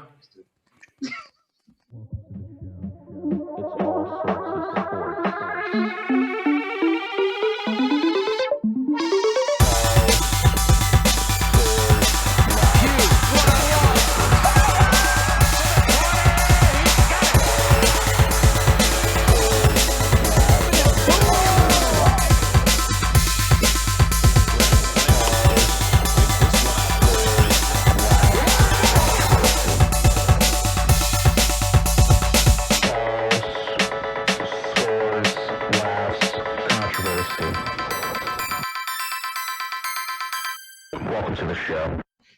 Welcome to the show. Welcome to the show. We're just gonna switch it up. This is what'd you say the name of your podcast was? Unbiased. So this is called the Bias Podcast. special edition. Every one of our points comes with a sprinkling of bias. It might be better. We might have found our new name instead of lawn chair quarterbacks. I'm just saying. Biased opinions. hey, with Ryan, I could tell he's been on that shot of tequila. All right. So since we're starting off now, we didn't talk about this on the top of the show. I do want to say rest in peace to Pedro Gomez and Marty Schottenheimer. Yeah, that's tough. Marty's hard. Marty hit me. As a Washington football team fan, Marty was the first guy that I saw stand firm when it came to Dan Snyder. He got unceremoniously canned because of it after an 8-8 season, and we got into 8-8 with Tony fucking Banks at quarterback. It was a hell of a feat. Lloyd Banks' brother? And y'all remember Tony Banks? I remember Tony Banks, that bum. That bum. Like he was super bum. And also what he did as far as getting the guys right on defense. LeVar Arrington had his best season ever with us under Marty. And I do think LeVar would have been a Hall of Famer if we had kept him around. Yeah, I still don't know what happened with Pedro Gomez. Like, I think they haven't released the cause of death, but I'm assuming it's a heart attack. It was like during the Super Bowl, it's like, yeah, like suddenly passed away. And I'm like, what? And then like the next day, another journalist passed away. And yeah, it was a weird time. Hey, Ron, I want to try something.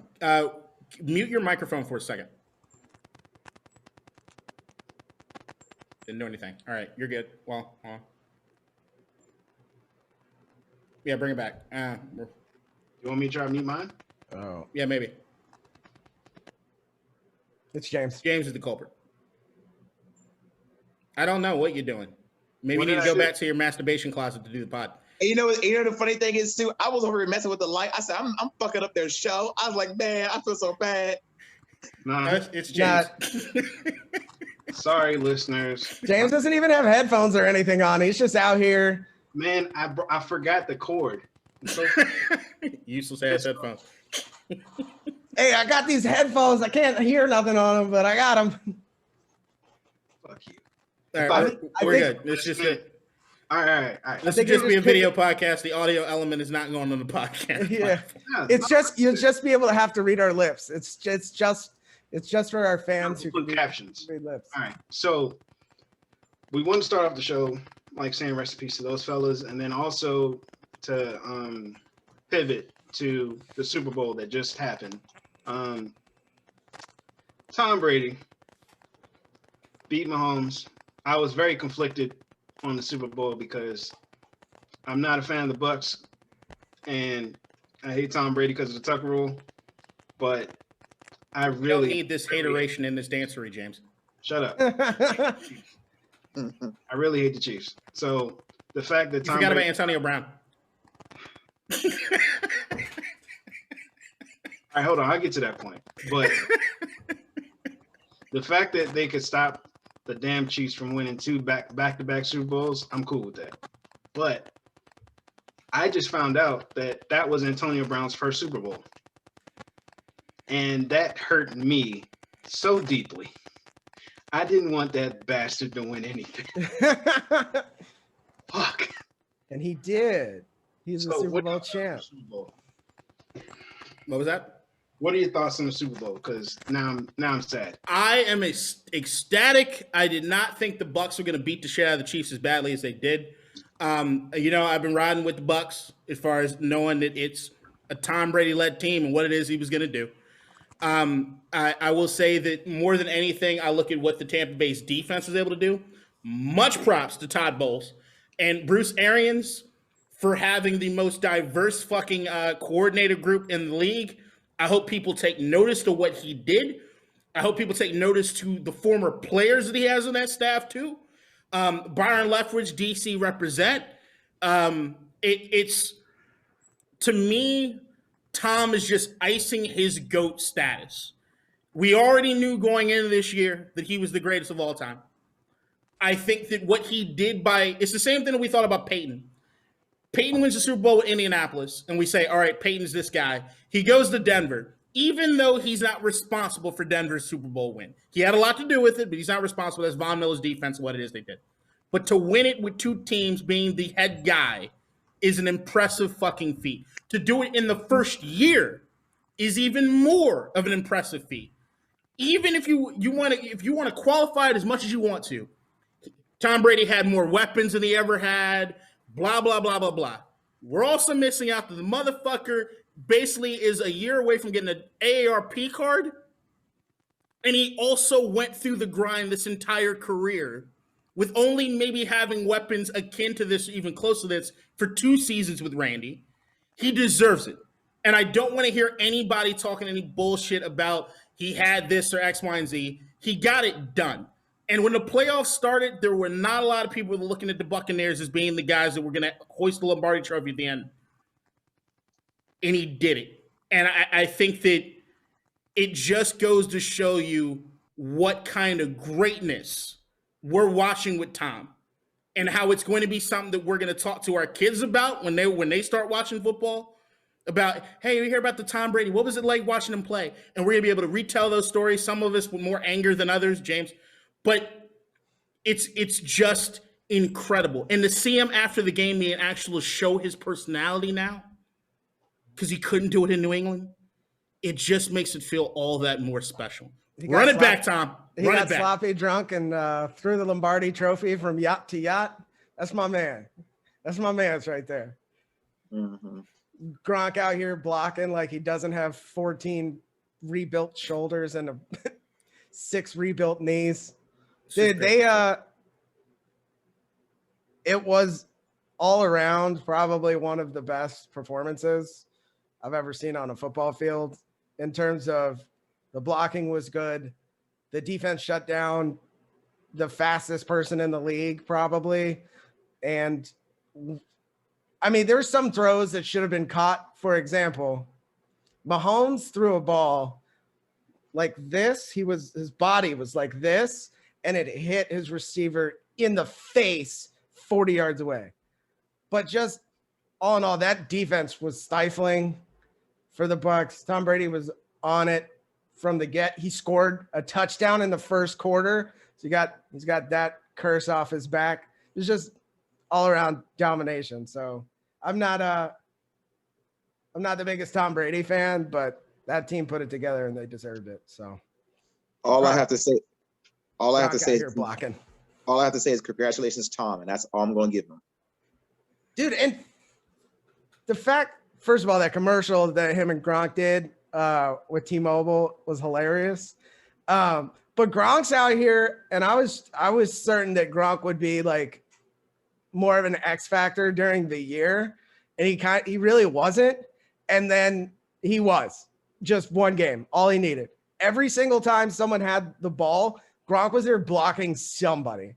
And then when he wasn't blocking, he was flying across the field like a giant giraffe, catching touchdowns. It was fucking awesome. And now they are the the number 1 pair for touchdowns and the Super Bowl.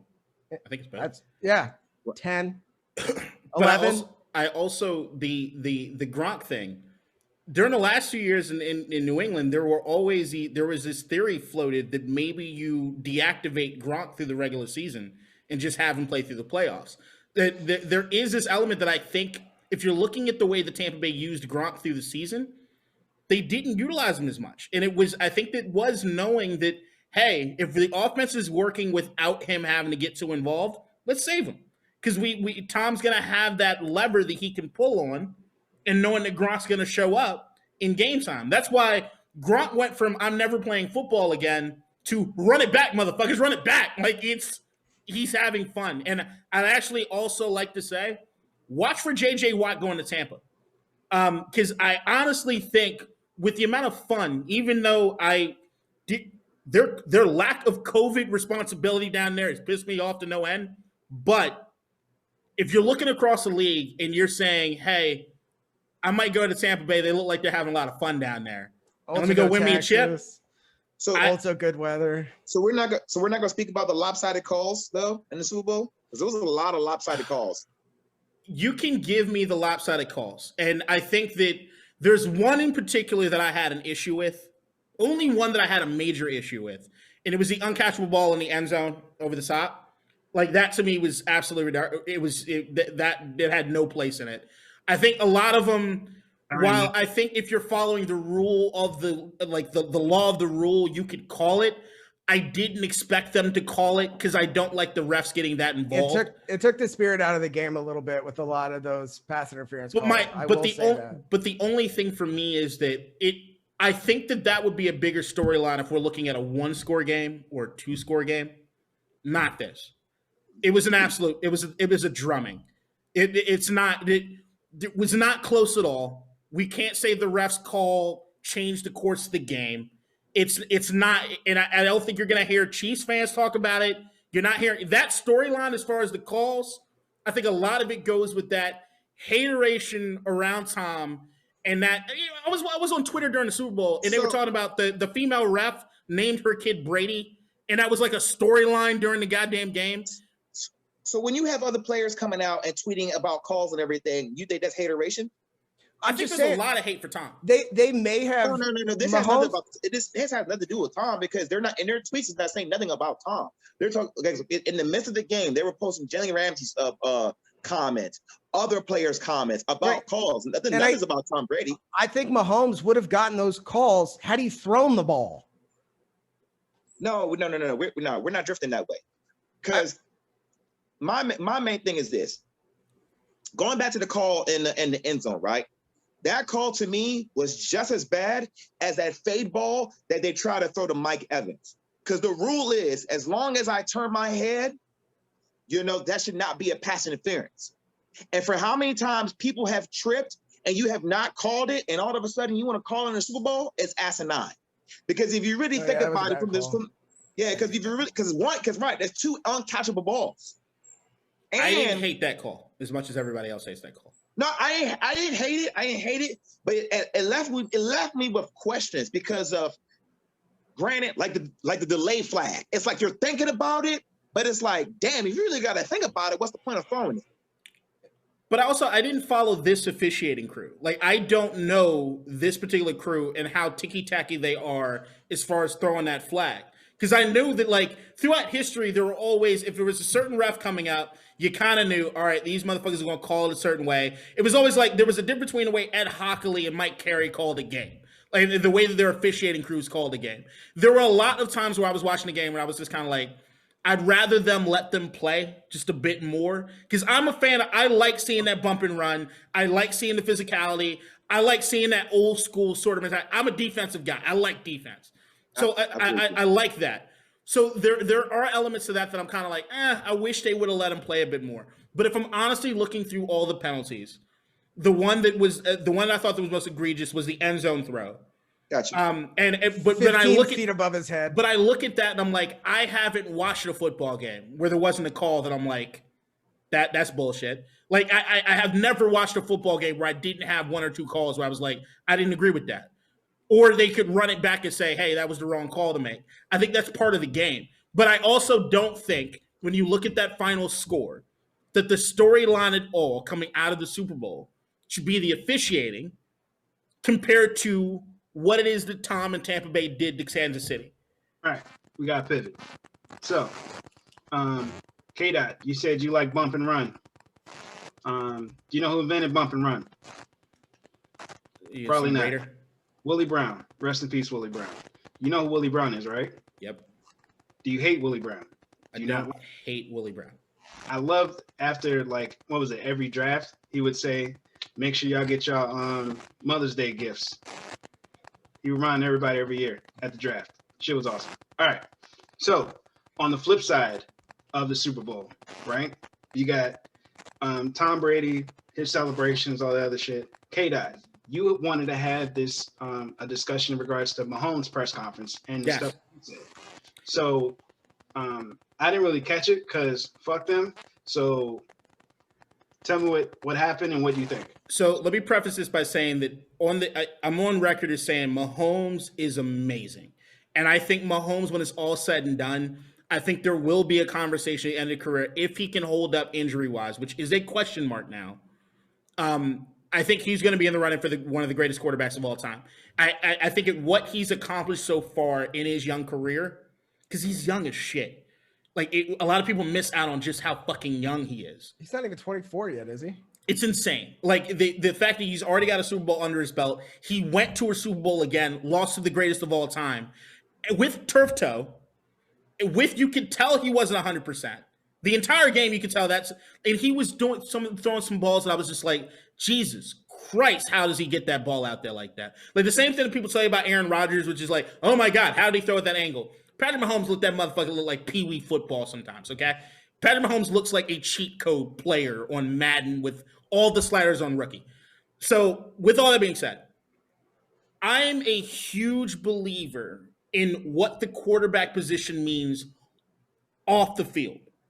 The way you carry yourself on the sidelines, the way you carry yourself in the facility, the way you carry yourself in practice, all of those things, which has always been one of my biggest pet peeves with Aaron Rodgers, is that a lot of time on that field, he does some amazing shit. But off the field, he does, in my opinion, almost everything the wrong way.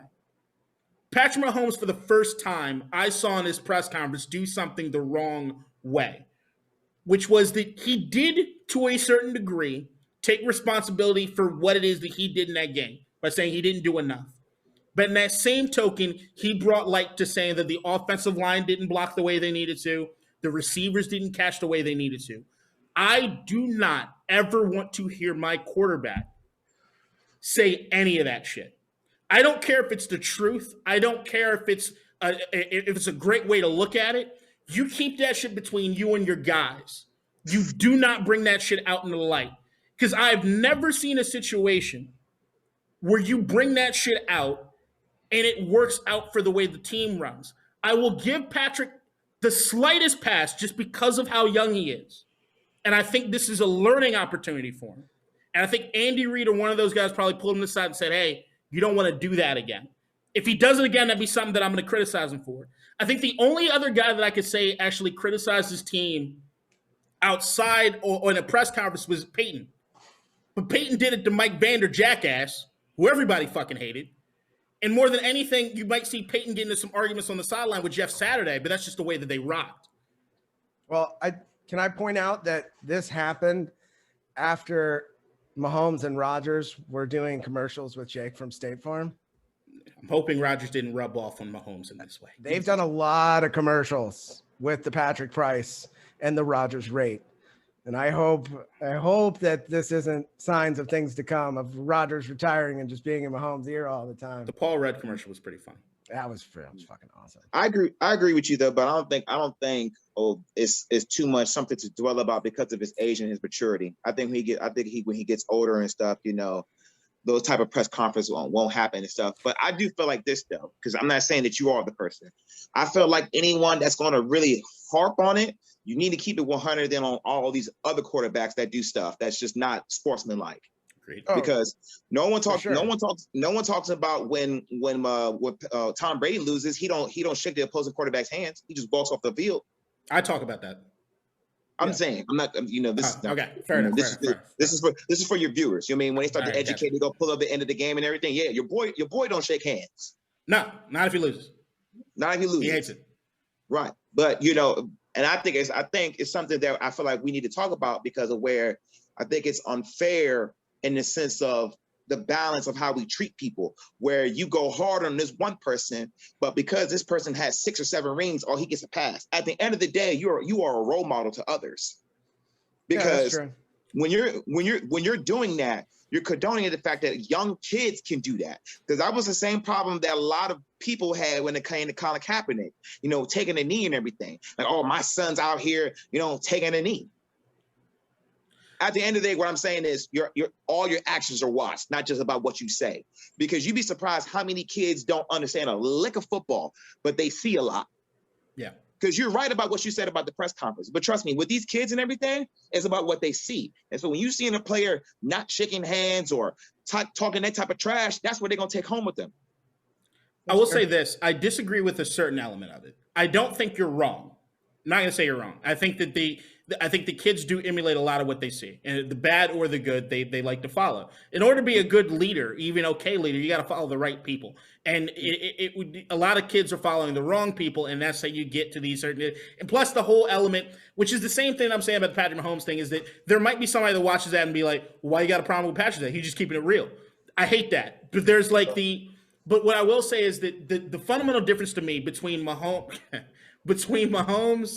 and, let's say, Brady not shaking hands after the game, I'm less about what it means to people outside the team, what it means to people on the team. Tom Brady not shaking somebody's hands after the game, I don't think causes a detriment to the other guys on his team. I don't think it makes them less of a squad when it comes to playing a game. I think Mahomes throwing somebody under the bus does detrimentally affect the actual team. No, I agree with all that. I'm saying just because it's Tom Brady, when another player does it. So let's say football was on tomorrow. Let's just say, it's a hypothetical. Oh man, I fucking wish. I wish, and let's say Kyle Allen did not shake someone's hand after the game. Don't get it like all pissing and stuff because he didn't do it when just a week ago, or not a week ago, but in prior Super Bowls, we didn't see Tom do that. Right. Yeah, I see. And I agree with what you're saying. I don't necessarily like me. That part of it, I personally don't care about as much. He's practicing COVID protocol. He's just been doing it for 10 years. I don't care about that aspect of it as much. But I also I don't coach youth football. I'm not around young football players. I'm not surrounding my world in that way in which I'm seeing any of the detrimental effects. The only thing that I'm looking at is that what are you doing for the squad that you have? And this is the issue that I have with the Aaron Rodgers thing, which I keep bringing up his name, but it always comes up, is that to me, when it comes to Aaron Rodgers, the way that he conducts himself during the game or on the sidelines detrimentally affects the team. There's a difference between if you fuck up on the route, Tom will pull your ass off on the sidelines and say, "What happened?" And he will get on you. But what Aaron does is Aaron does not pull you on the sidelines. Aaron gives you a look like you stupid motherfucker and walk off the field. If you're a wide receiver, you're taking that a certain way. Some wide receivers would say that they would take it in the sense of, all right, Aaron's challenging me to do it. But I think majority of people do not have that mentality. Majority of people will look at that and say, well, goddamn, Aaron just hates me, which is why you have the quotes from a Greg Jennings or a Donald Driver after they've left, is that I think that it wears you down. I don't think Tom not shaking somebody's hand wears him down. I actually think some of the Tom theatrics that people are giving him shit for, because they say it's a double standard, actually work in his benefit. When he ran down after Tyrann Mathieu, which everybody's like, oh my God, I've never seen Tom Brady do that. No, fuck that. I watch a lot of Tom Brady games. He does that shit from time to time. There's a difference between when you see, if you're on the opposing sideline and you see Tom Brady on the bench doing this, you should be shitting yourself. When you see Tom in that zone, you should be afraid. When you see Tom running up and down the field getting in motherfuckers' faces, you should be afraid. He's in the zone. He's in the zone, and his teammates realize he's in the fucking zone. Has he ever come out and apologized to that player though before? No, because the thing with Tyrann Mathieu is that the Chicago game, I'm not Chicago, the Pittsburgh game years ago, where he ran down, I forget what the defensive player was, but it was a defensive player in the week before that said something along the lines of, we were going to beat you at home, and Tom ran him down. I think with Tyrann, it was one of those things where Tyrann's never said anything but respectful things about Tom. And I think in the heat of the moment, it flared up on both sides. And I think that's where you get an apology from Tom. Well, not so Tom said to Tyrann. Tyrann went up to Tom and said, don't ever say no shit like that to me again. And then Tyrann was running back, jogging and Tom back. chased him down. And then Tom chased him down. So that's kind of where I'm like, all right, Tom said something to him first. Tyrann said, don't I'm a man. Don't speak to me like that. I don't think Tom said something to Tyrann first. Because if I'm looking at here's the thing. If you're looking at Tyrann, Matthew, and I love the Honey Badger. I love him. I wanted Washington to go so hard after him. But the element to that was that if you're Tyrann Mathieu, just think about it logically. If you're Tyrann Mathieu, you just had a flag called against you. What you got the pick, they called it back. Then you just got beat. You're pissed. I think that the idea that Matthew probably said something, maybe not to Tom, but to one of Tom's teammates, is not outside the realm of possibility. I think that Tom probably escalated it. I'm not denying that. But I think that anybody to say that Tom went out of his way just to get in his fucking face, Tom's not usually that guy. And I got 20-something years of experience watching Tom Brady to know that he's not usually that guy. Also, Tom was mic'd up. Tom was mic'd up the whole game. So, but he did that though. But NFL film said they're not going to release what was said. So of course they're not. Tyrann Mathieu said this. He called me something I won't repeat. But yeah, I'll let the media throw me under the bus as if I did something or said something to him.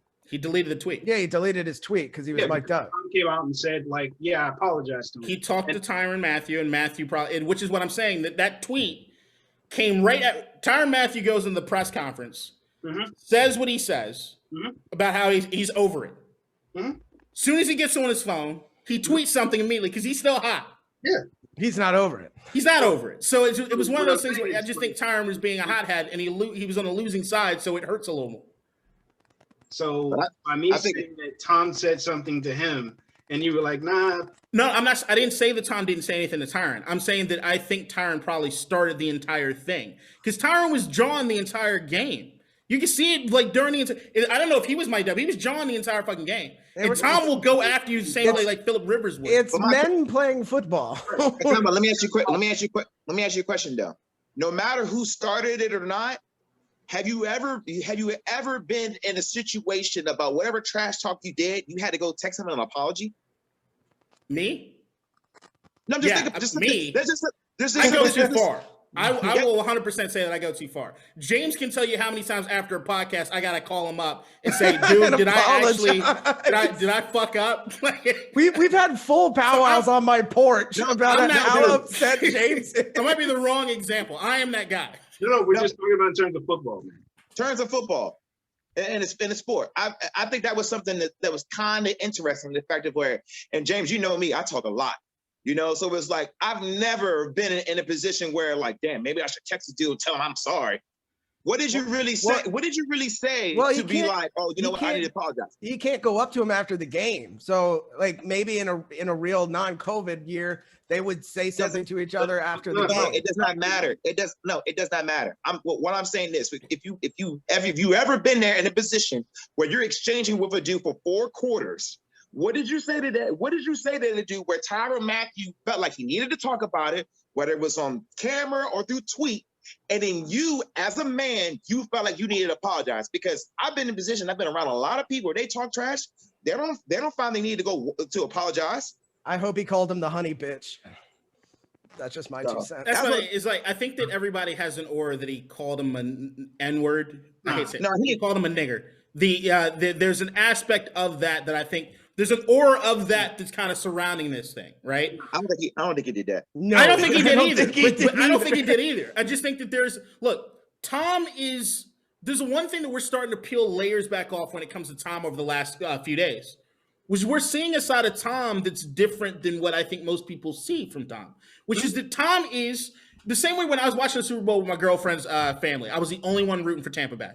And when I asked him why do they hate Tom, he's too fucking perfect. He's got this buttoned up shirt. Tom's image is corny, dad joke having TB12 bullshit, right? But there's also this other side to Tom, and it's the Tom that I love. It's the psychopath Tom. Tom's a fucking psycho. The same way that you have almost all the greatest winners. Michael Jordan's a fucking psycho. Kobe Bryant was a fucking psycho. Shaq's a fucking psychopath. Like, there are certain guys that have that mentality. They turn it on or turn it off, and it's just they're there.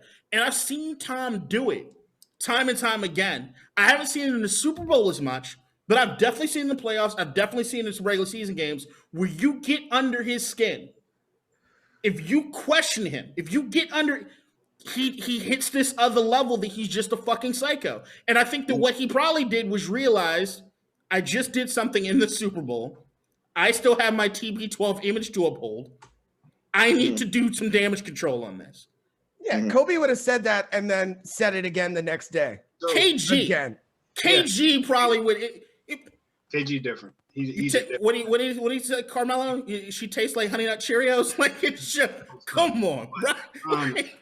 The part that I didn't like about it, like I didn't necessarily care too much about the fact that he texted him to apologize.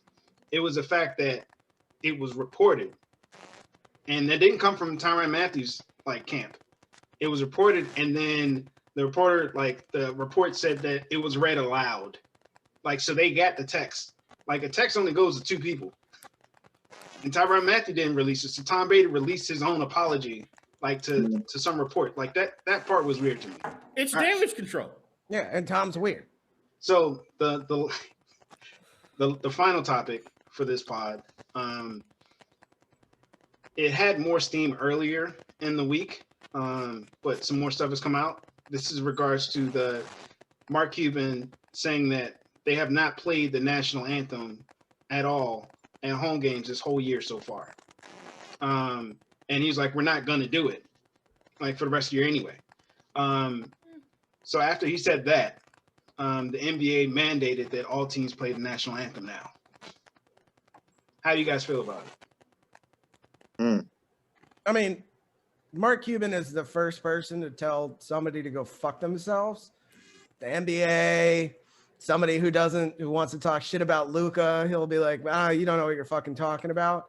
Because he's one of the few owners of a team who cares about his team, like each individual on his team, there's a lot to be said about that. You could see it with Delonte West. With the Delonte West situation. He cares about his people. He doesn't really care about fines and stuff. He's gonna do what he thinks is best for his players. And he said, this is an ongoing conversation I'm having with my team about what we want to do, not who cares what you want, what the NBA wants. So I think he would pay fines all season and not play the anthem. But I think the point is that I think it was already mandated that you play the national anthem by the NBA. Was it not? I thought they were just like released what the rules already were. In place, you have to stand. Like, that was the mandated rule. I don't think it was mandated that you had to play the anthem. Okay. I mean, I think Cuban's just gonna do what he thinks is best for his team.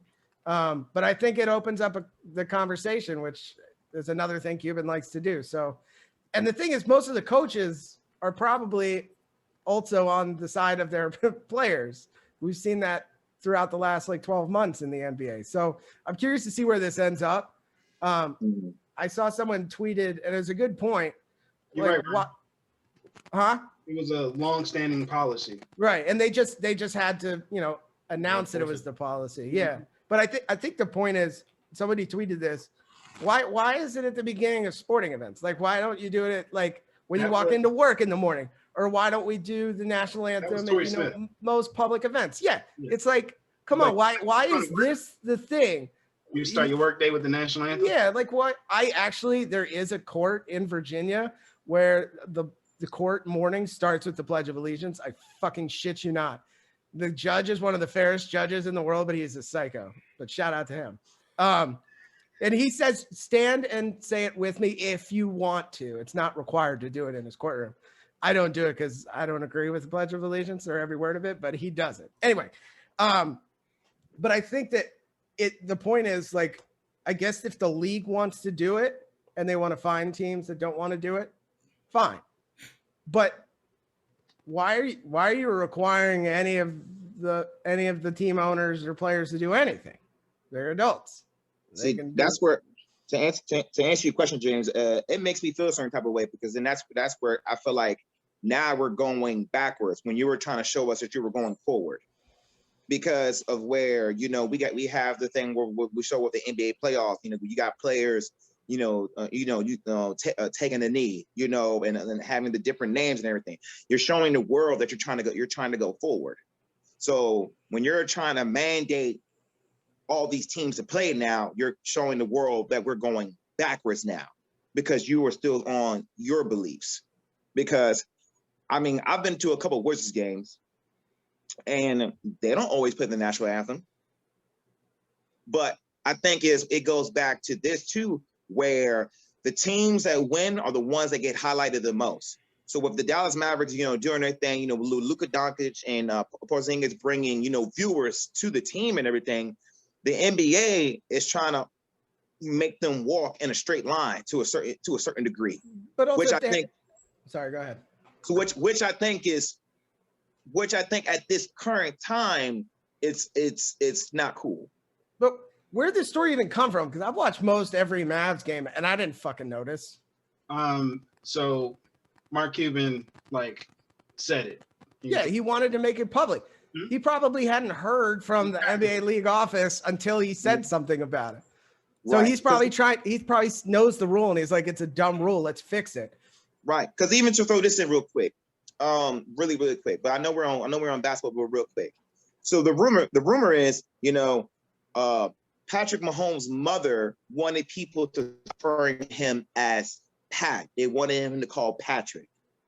So the problem I have with it is this. How long has Mahomes been in the league? Going on 4 years, right? Why are you choosing to say something now about it within this time? Think about it. Why now? So it's the same thing I feel like about the NBA. Why are you trying to do this now when you obviously are trying to see we're trying to push the world forward?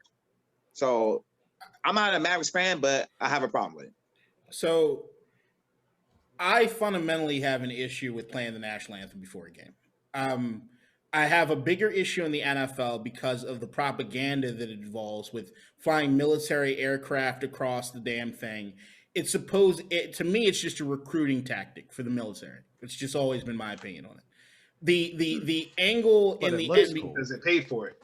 Yeah, they paid for it because that's the thing that a lot of people don't. No, we pay for it. Oh yeah. The American tax dollars pays for it, which is I think a lot of people don't necessarily understand is that doing the national anthem before a game has not been some institution that has existed as long as sports has. I think in the NFL, the national anthem thing didn't start happening until they did the contract with the military back in the 90s. Before it was sort of like an optional thing depending on what team you did this or that, or you would do the national anthem in front of like a big event, so like the Super Bowl, you do it. Or I completely understand doing the national anthem if you're in an Olympic event. I get it. It's a country-related thing. But when you have a league in which not all the players are from there, I don't get the sense in doing that aspect of it. But I also think that there is something fundamentally sound with protest. And I think in order to protest, there has to be a rule that you buck up against. So to me is that I don't like the league overall, like what you're saying, Ron, as far as it seems like they're backpedaling off of this wokeness that they've had, where I would expect Adam Silver to say, hey, everybody gets to choose what it is they want to do. But I also think it gives Mark Cuban an opportunity to do something as well, which is to take a stand and actually protest, that's how you can't follow the rules to protest. It's not protesting. You have to buck against the norm. So my thing, you got to break the rules. So nobody noticed he was breaking the rules, so he had to talk about it. So to me, it's almost like Adam Silver in the league almost gave Mark Cuban an opportunity now. Is that Mark Cuban? Look, they laid the groundwork. Line is in the sand. What do you do now?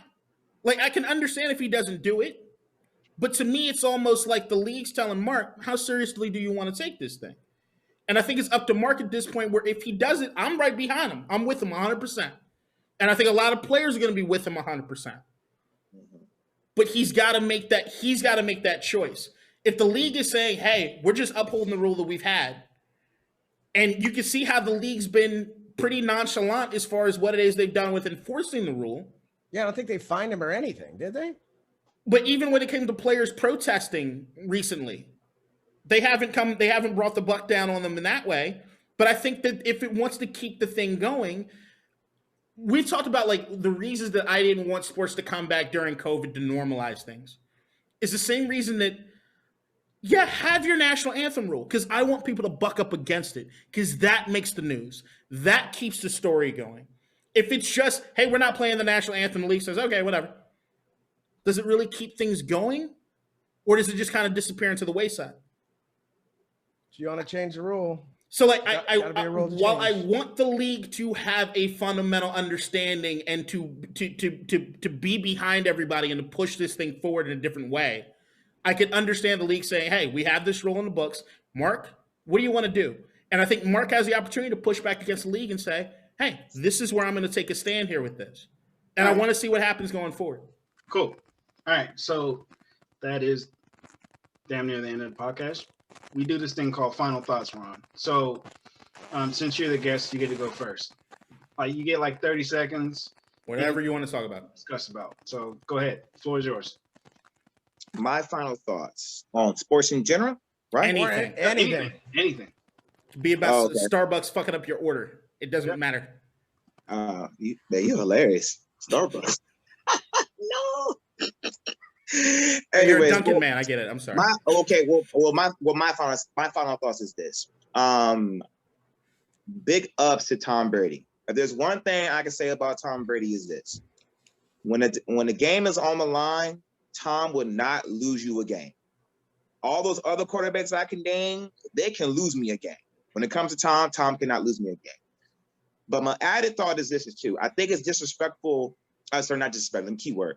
I think it's dismissive when when the social media is trying to rank other sports as like who are the best winners.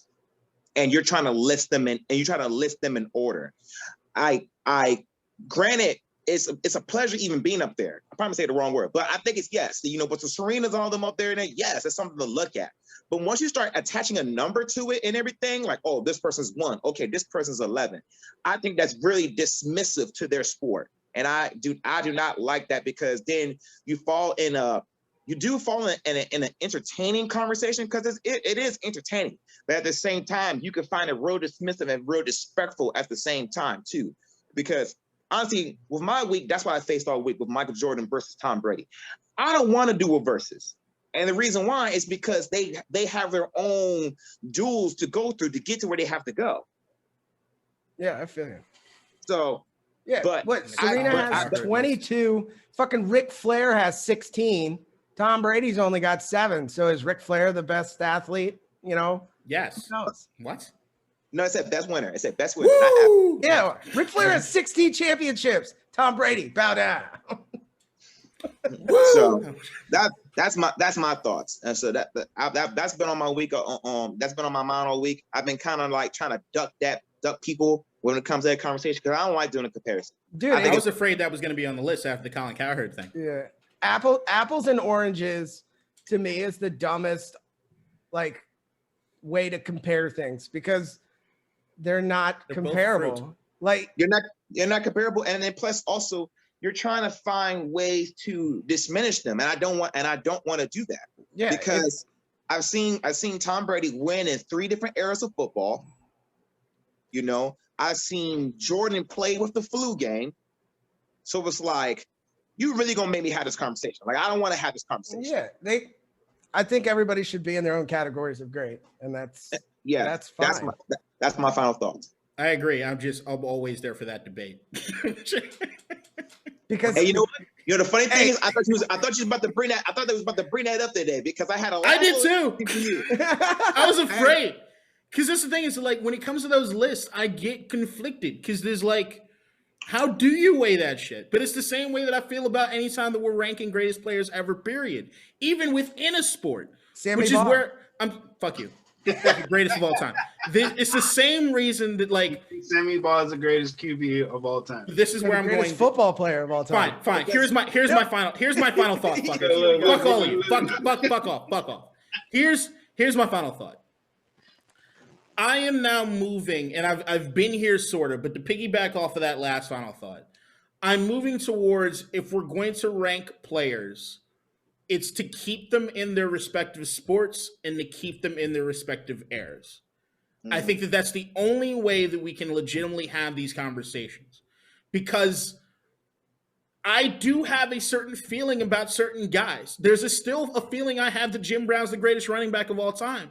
But I can't really test the theory because at the end of the day, if Jim Brown played today, while I still think he has all the tools necessary to make it win, what he can't do is make a club on his fucking fist to knock people in the head. I don't know how important that was to his game. I don't know. I don't know the way that if Jim Brown's not catching the ball out of the backfield, is he just a third down back that runs it in and powers it into the end? I don't know. It's the same reason I feel about Sammy Ball. Sammy Ball to me is one of the greatest football players of all time. He also threw a fucking wet watermelon when it came to throwing a football. So there's no real telling what he could do. The same way would he punt as far as his average? I don't know. I could say for that era, he was the best that played. I could say Otto Graham was probably number 2. It's the same way that we talk about baseball, which James loves to bring up the fact how can you say Babe Ruth X when he didn't play against black players? I can't argue that. I can't. Because at the end of the day, we don't quite know. But then I also know that athletes over time have just gotten freakish.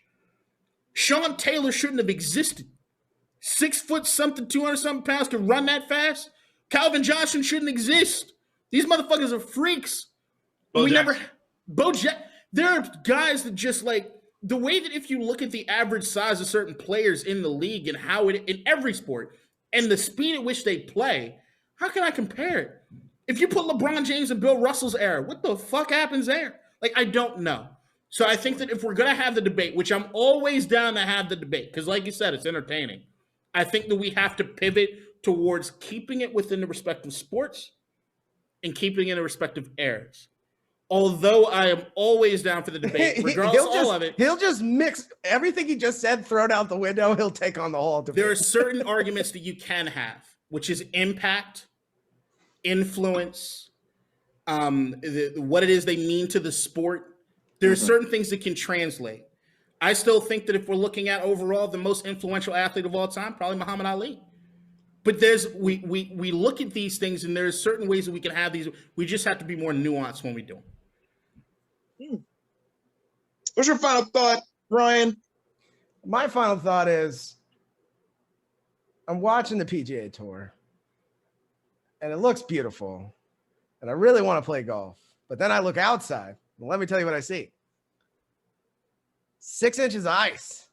So I don't think I'm playing golf this weekend. So that makes me a little sad. There's been a lot of COVID issues with hockey, but only in the United States, which is weird.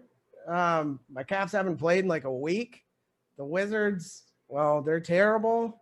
Just bad. And I can't put my finger on it, but I'm gonna go with it's Scott Brooks because they cannot seem to scheme with the highest scorer in the league and a multi-time All-Star and some okay pieces. They can't scheme fucking shit. Oh my God. So I'm on the Scott Brooks is out train because I really want to root for the Wizards this year because I really think there's something there. There's some pieces there, but they can't get it together. And I wanted to blame Westbrook, but looking at his stats and watching him play, I can't fully blame him either. So I'm going Scott Brooks out. You can blame him a lot, though. His advanced stats are just... Shut up on the advanced stats. You know I'm a numbers guy. You know I've looked at them. Oh, my God. I'm on the Scott Brooks out trade because I could live in a world without Scott Brooks. Russell Westbrook has had one of the biggest drop-offs in the history of the league. I can't live in a world without Russ Westbrook on this team. All right. Jan, what you say? Oh, I was about to get my final thoughts. Thank you, Ron. All right. So what I'm saying, no, I'm joking. Congrats to Tom Flores for making the Hall of Fame. All right. Finally, like K-Dot said, so I can finally shut the fuck up about it. Been a year and a half. You just gotta look for the next thing for the Raiders fan to bitch about. Oh, funny you say that. Yep. Guess who also got in the Hall of Fame this time around? Go on. Drew Pearson. Charles Woodson. Yeah, but Charles, everybody knew Charles was getting in. Also, I like when they put him in as a Packer. No, they didn't. Yeah, they did. He's a Packer. If you look at anyone that like when they were like former Packer Charles Woodson. No, fuck that. That don't matter. When he goes down there, It's going to be as a Raider. He knows. I think his bust is as a Packer. It's his Packer era. No, don't. No, don't. You just trying to rile me up. James, don't let them get you. Don't let them get you. I'm going to say my other point. So who else got in that I want to talk about is Drew Pearson. I'm not saying that nobody ever doesn't deserve to get in the Hall of Fame. Like, I'm glad he's in. Somebody else that has better numbers than him, including more Super Bowls and all this other shit, Cliff Branch. Now I'm on the get Cliff Branch in there. But the problem that the thing that pisses me off in regards to the Hall of Fame is the fact that Cliff Branch died 2 years ago. So why does it always have to be where the person died? Like, you can get in the Hall of Fame 5 years after you retire, right? Mm-hmm. So what the fuck is the point of waiting this long until after people die? I'm still pissed off that Kenny Stabler didn't get to go to the Hall of Fame. He died before he got in. Like, you wait for people to die. That shit annoys the fuck out of me. But you see, they're trying to fix it now, though. They're trying, because I guess. But why does Drew Pearson get in before Cliff Branch? That I don't know. I really don't know that. But I'm starting to see a little bit that they're trying to fix things because, you know, someone like the Shannon Sharp. Shout out to Shannon Sharp. Shannon Sharp's going to say what he needs to say. Yep. When he's and that's the thing I appreciate about y'all's podcast and even mine, of where these podcasts are so important because you get to control the narrative conversations. Because that's the beauty about getting smarter, right? It's not always about reading one book. It's about reading 100 books. So you just can't let, you know, a place like ESPN First Take just take you over. Well, since Max said it, you know, I'm gonna say it too. When you got to do your own due diligence and do a little research and stuff to find out what was really going on. Because I'm with Shannon on this. I think Sterling Sharp should be in the Hall of Fame. If you're going to put Calvin Johnson in there. Sure. I'm still here. My girlfriend's in the elevator. I got a bunch of her Valentine's Day card stuff right here. Somebody go hide it for a moment. Just give me a second. Hurry. Okay. Go. Hurry. That is funny. But nah, it's watch the pod. Yeah. That's great material for the pod. Keep on the pod. Don't cut this out. Don't cut this out at all. Go ahead, bro. Continue your point. No, I'm just saying. I mean, I'm not over here dismissing about what you're saying because I think you're very right. Where we need to stop waiting so long to put these certain guys in because it goes back to what I said before about ranking players and everything. You're basically trying to say that this dude is better than him, so he should go in the hall before him. Where, to me, it's like, give him his roses. It doesn't matter. Give him his roses. I mean, his roses should have been given to him a long time ago instead of it being on his coffin. But you can see that across all sports. And I think as the generation that was voting dies out or phases out, you're going to see a lot of these players, for example, the Barry Bondses, as the older voters, the people who were never Barry Bonds in, are out. People in my generation who are now voting members. Mm-hmm. We see that era as everybody was cheating. He was great before he was on steroids, and he was still the best when he was, with everybody else doing the same thing. So But with baseball, right? Isn't it like you get 15 attempts and then after that you 10. Just get in? 10. So isn't this his 9th time this time and he didn't get in? So no, he's got 2 more.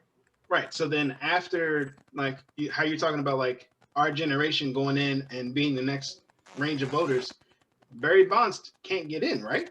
No, but that's already starting to come to fruition. He had 69% this past time. So I think he'll get up to the 75% threshold.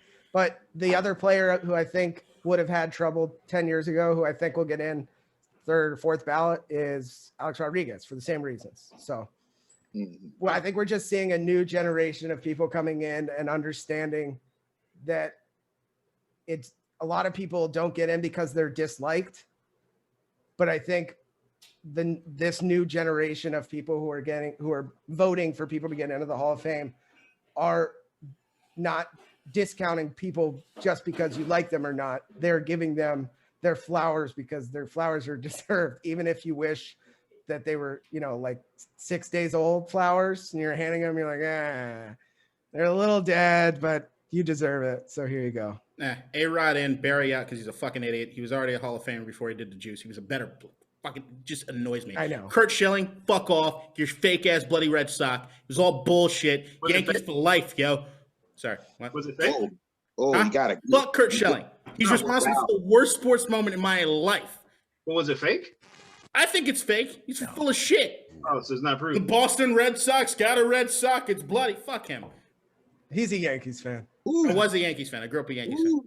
it's getting hot in here. Yeah, man, fuck Kurt Schilling. Plus all of his problematic views right now, man. Kiss my ass, Kurt. I haven't seen anything. All right, boys. It was QAnon Trump loving son of a bitch. it was good. But we have a tradition to sign off with. Oh yeah. Got it. Shit, it's been a while since I've done this. I mean, we didn't do the podcast in a week. I'm ready. You ready? All right, oh shit, what was it? All right, the Death Star. It do go boom. Later, boys.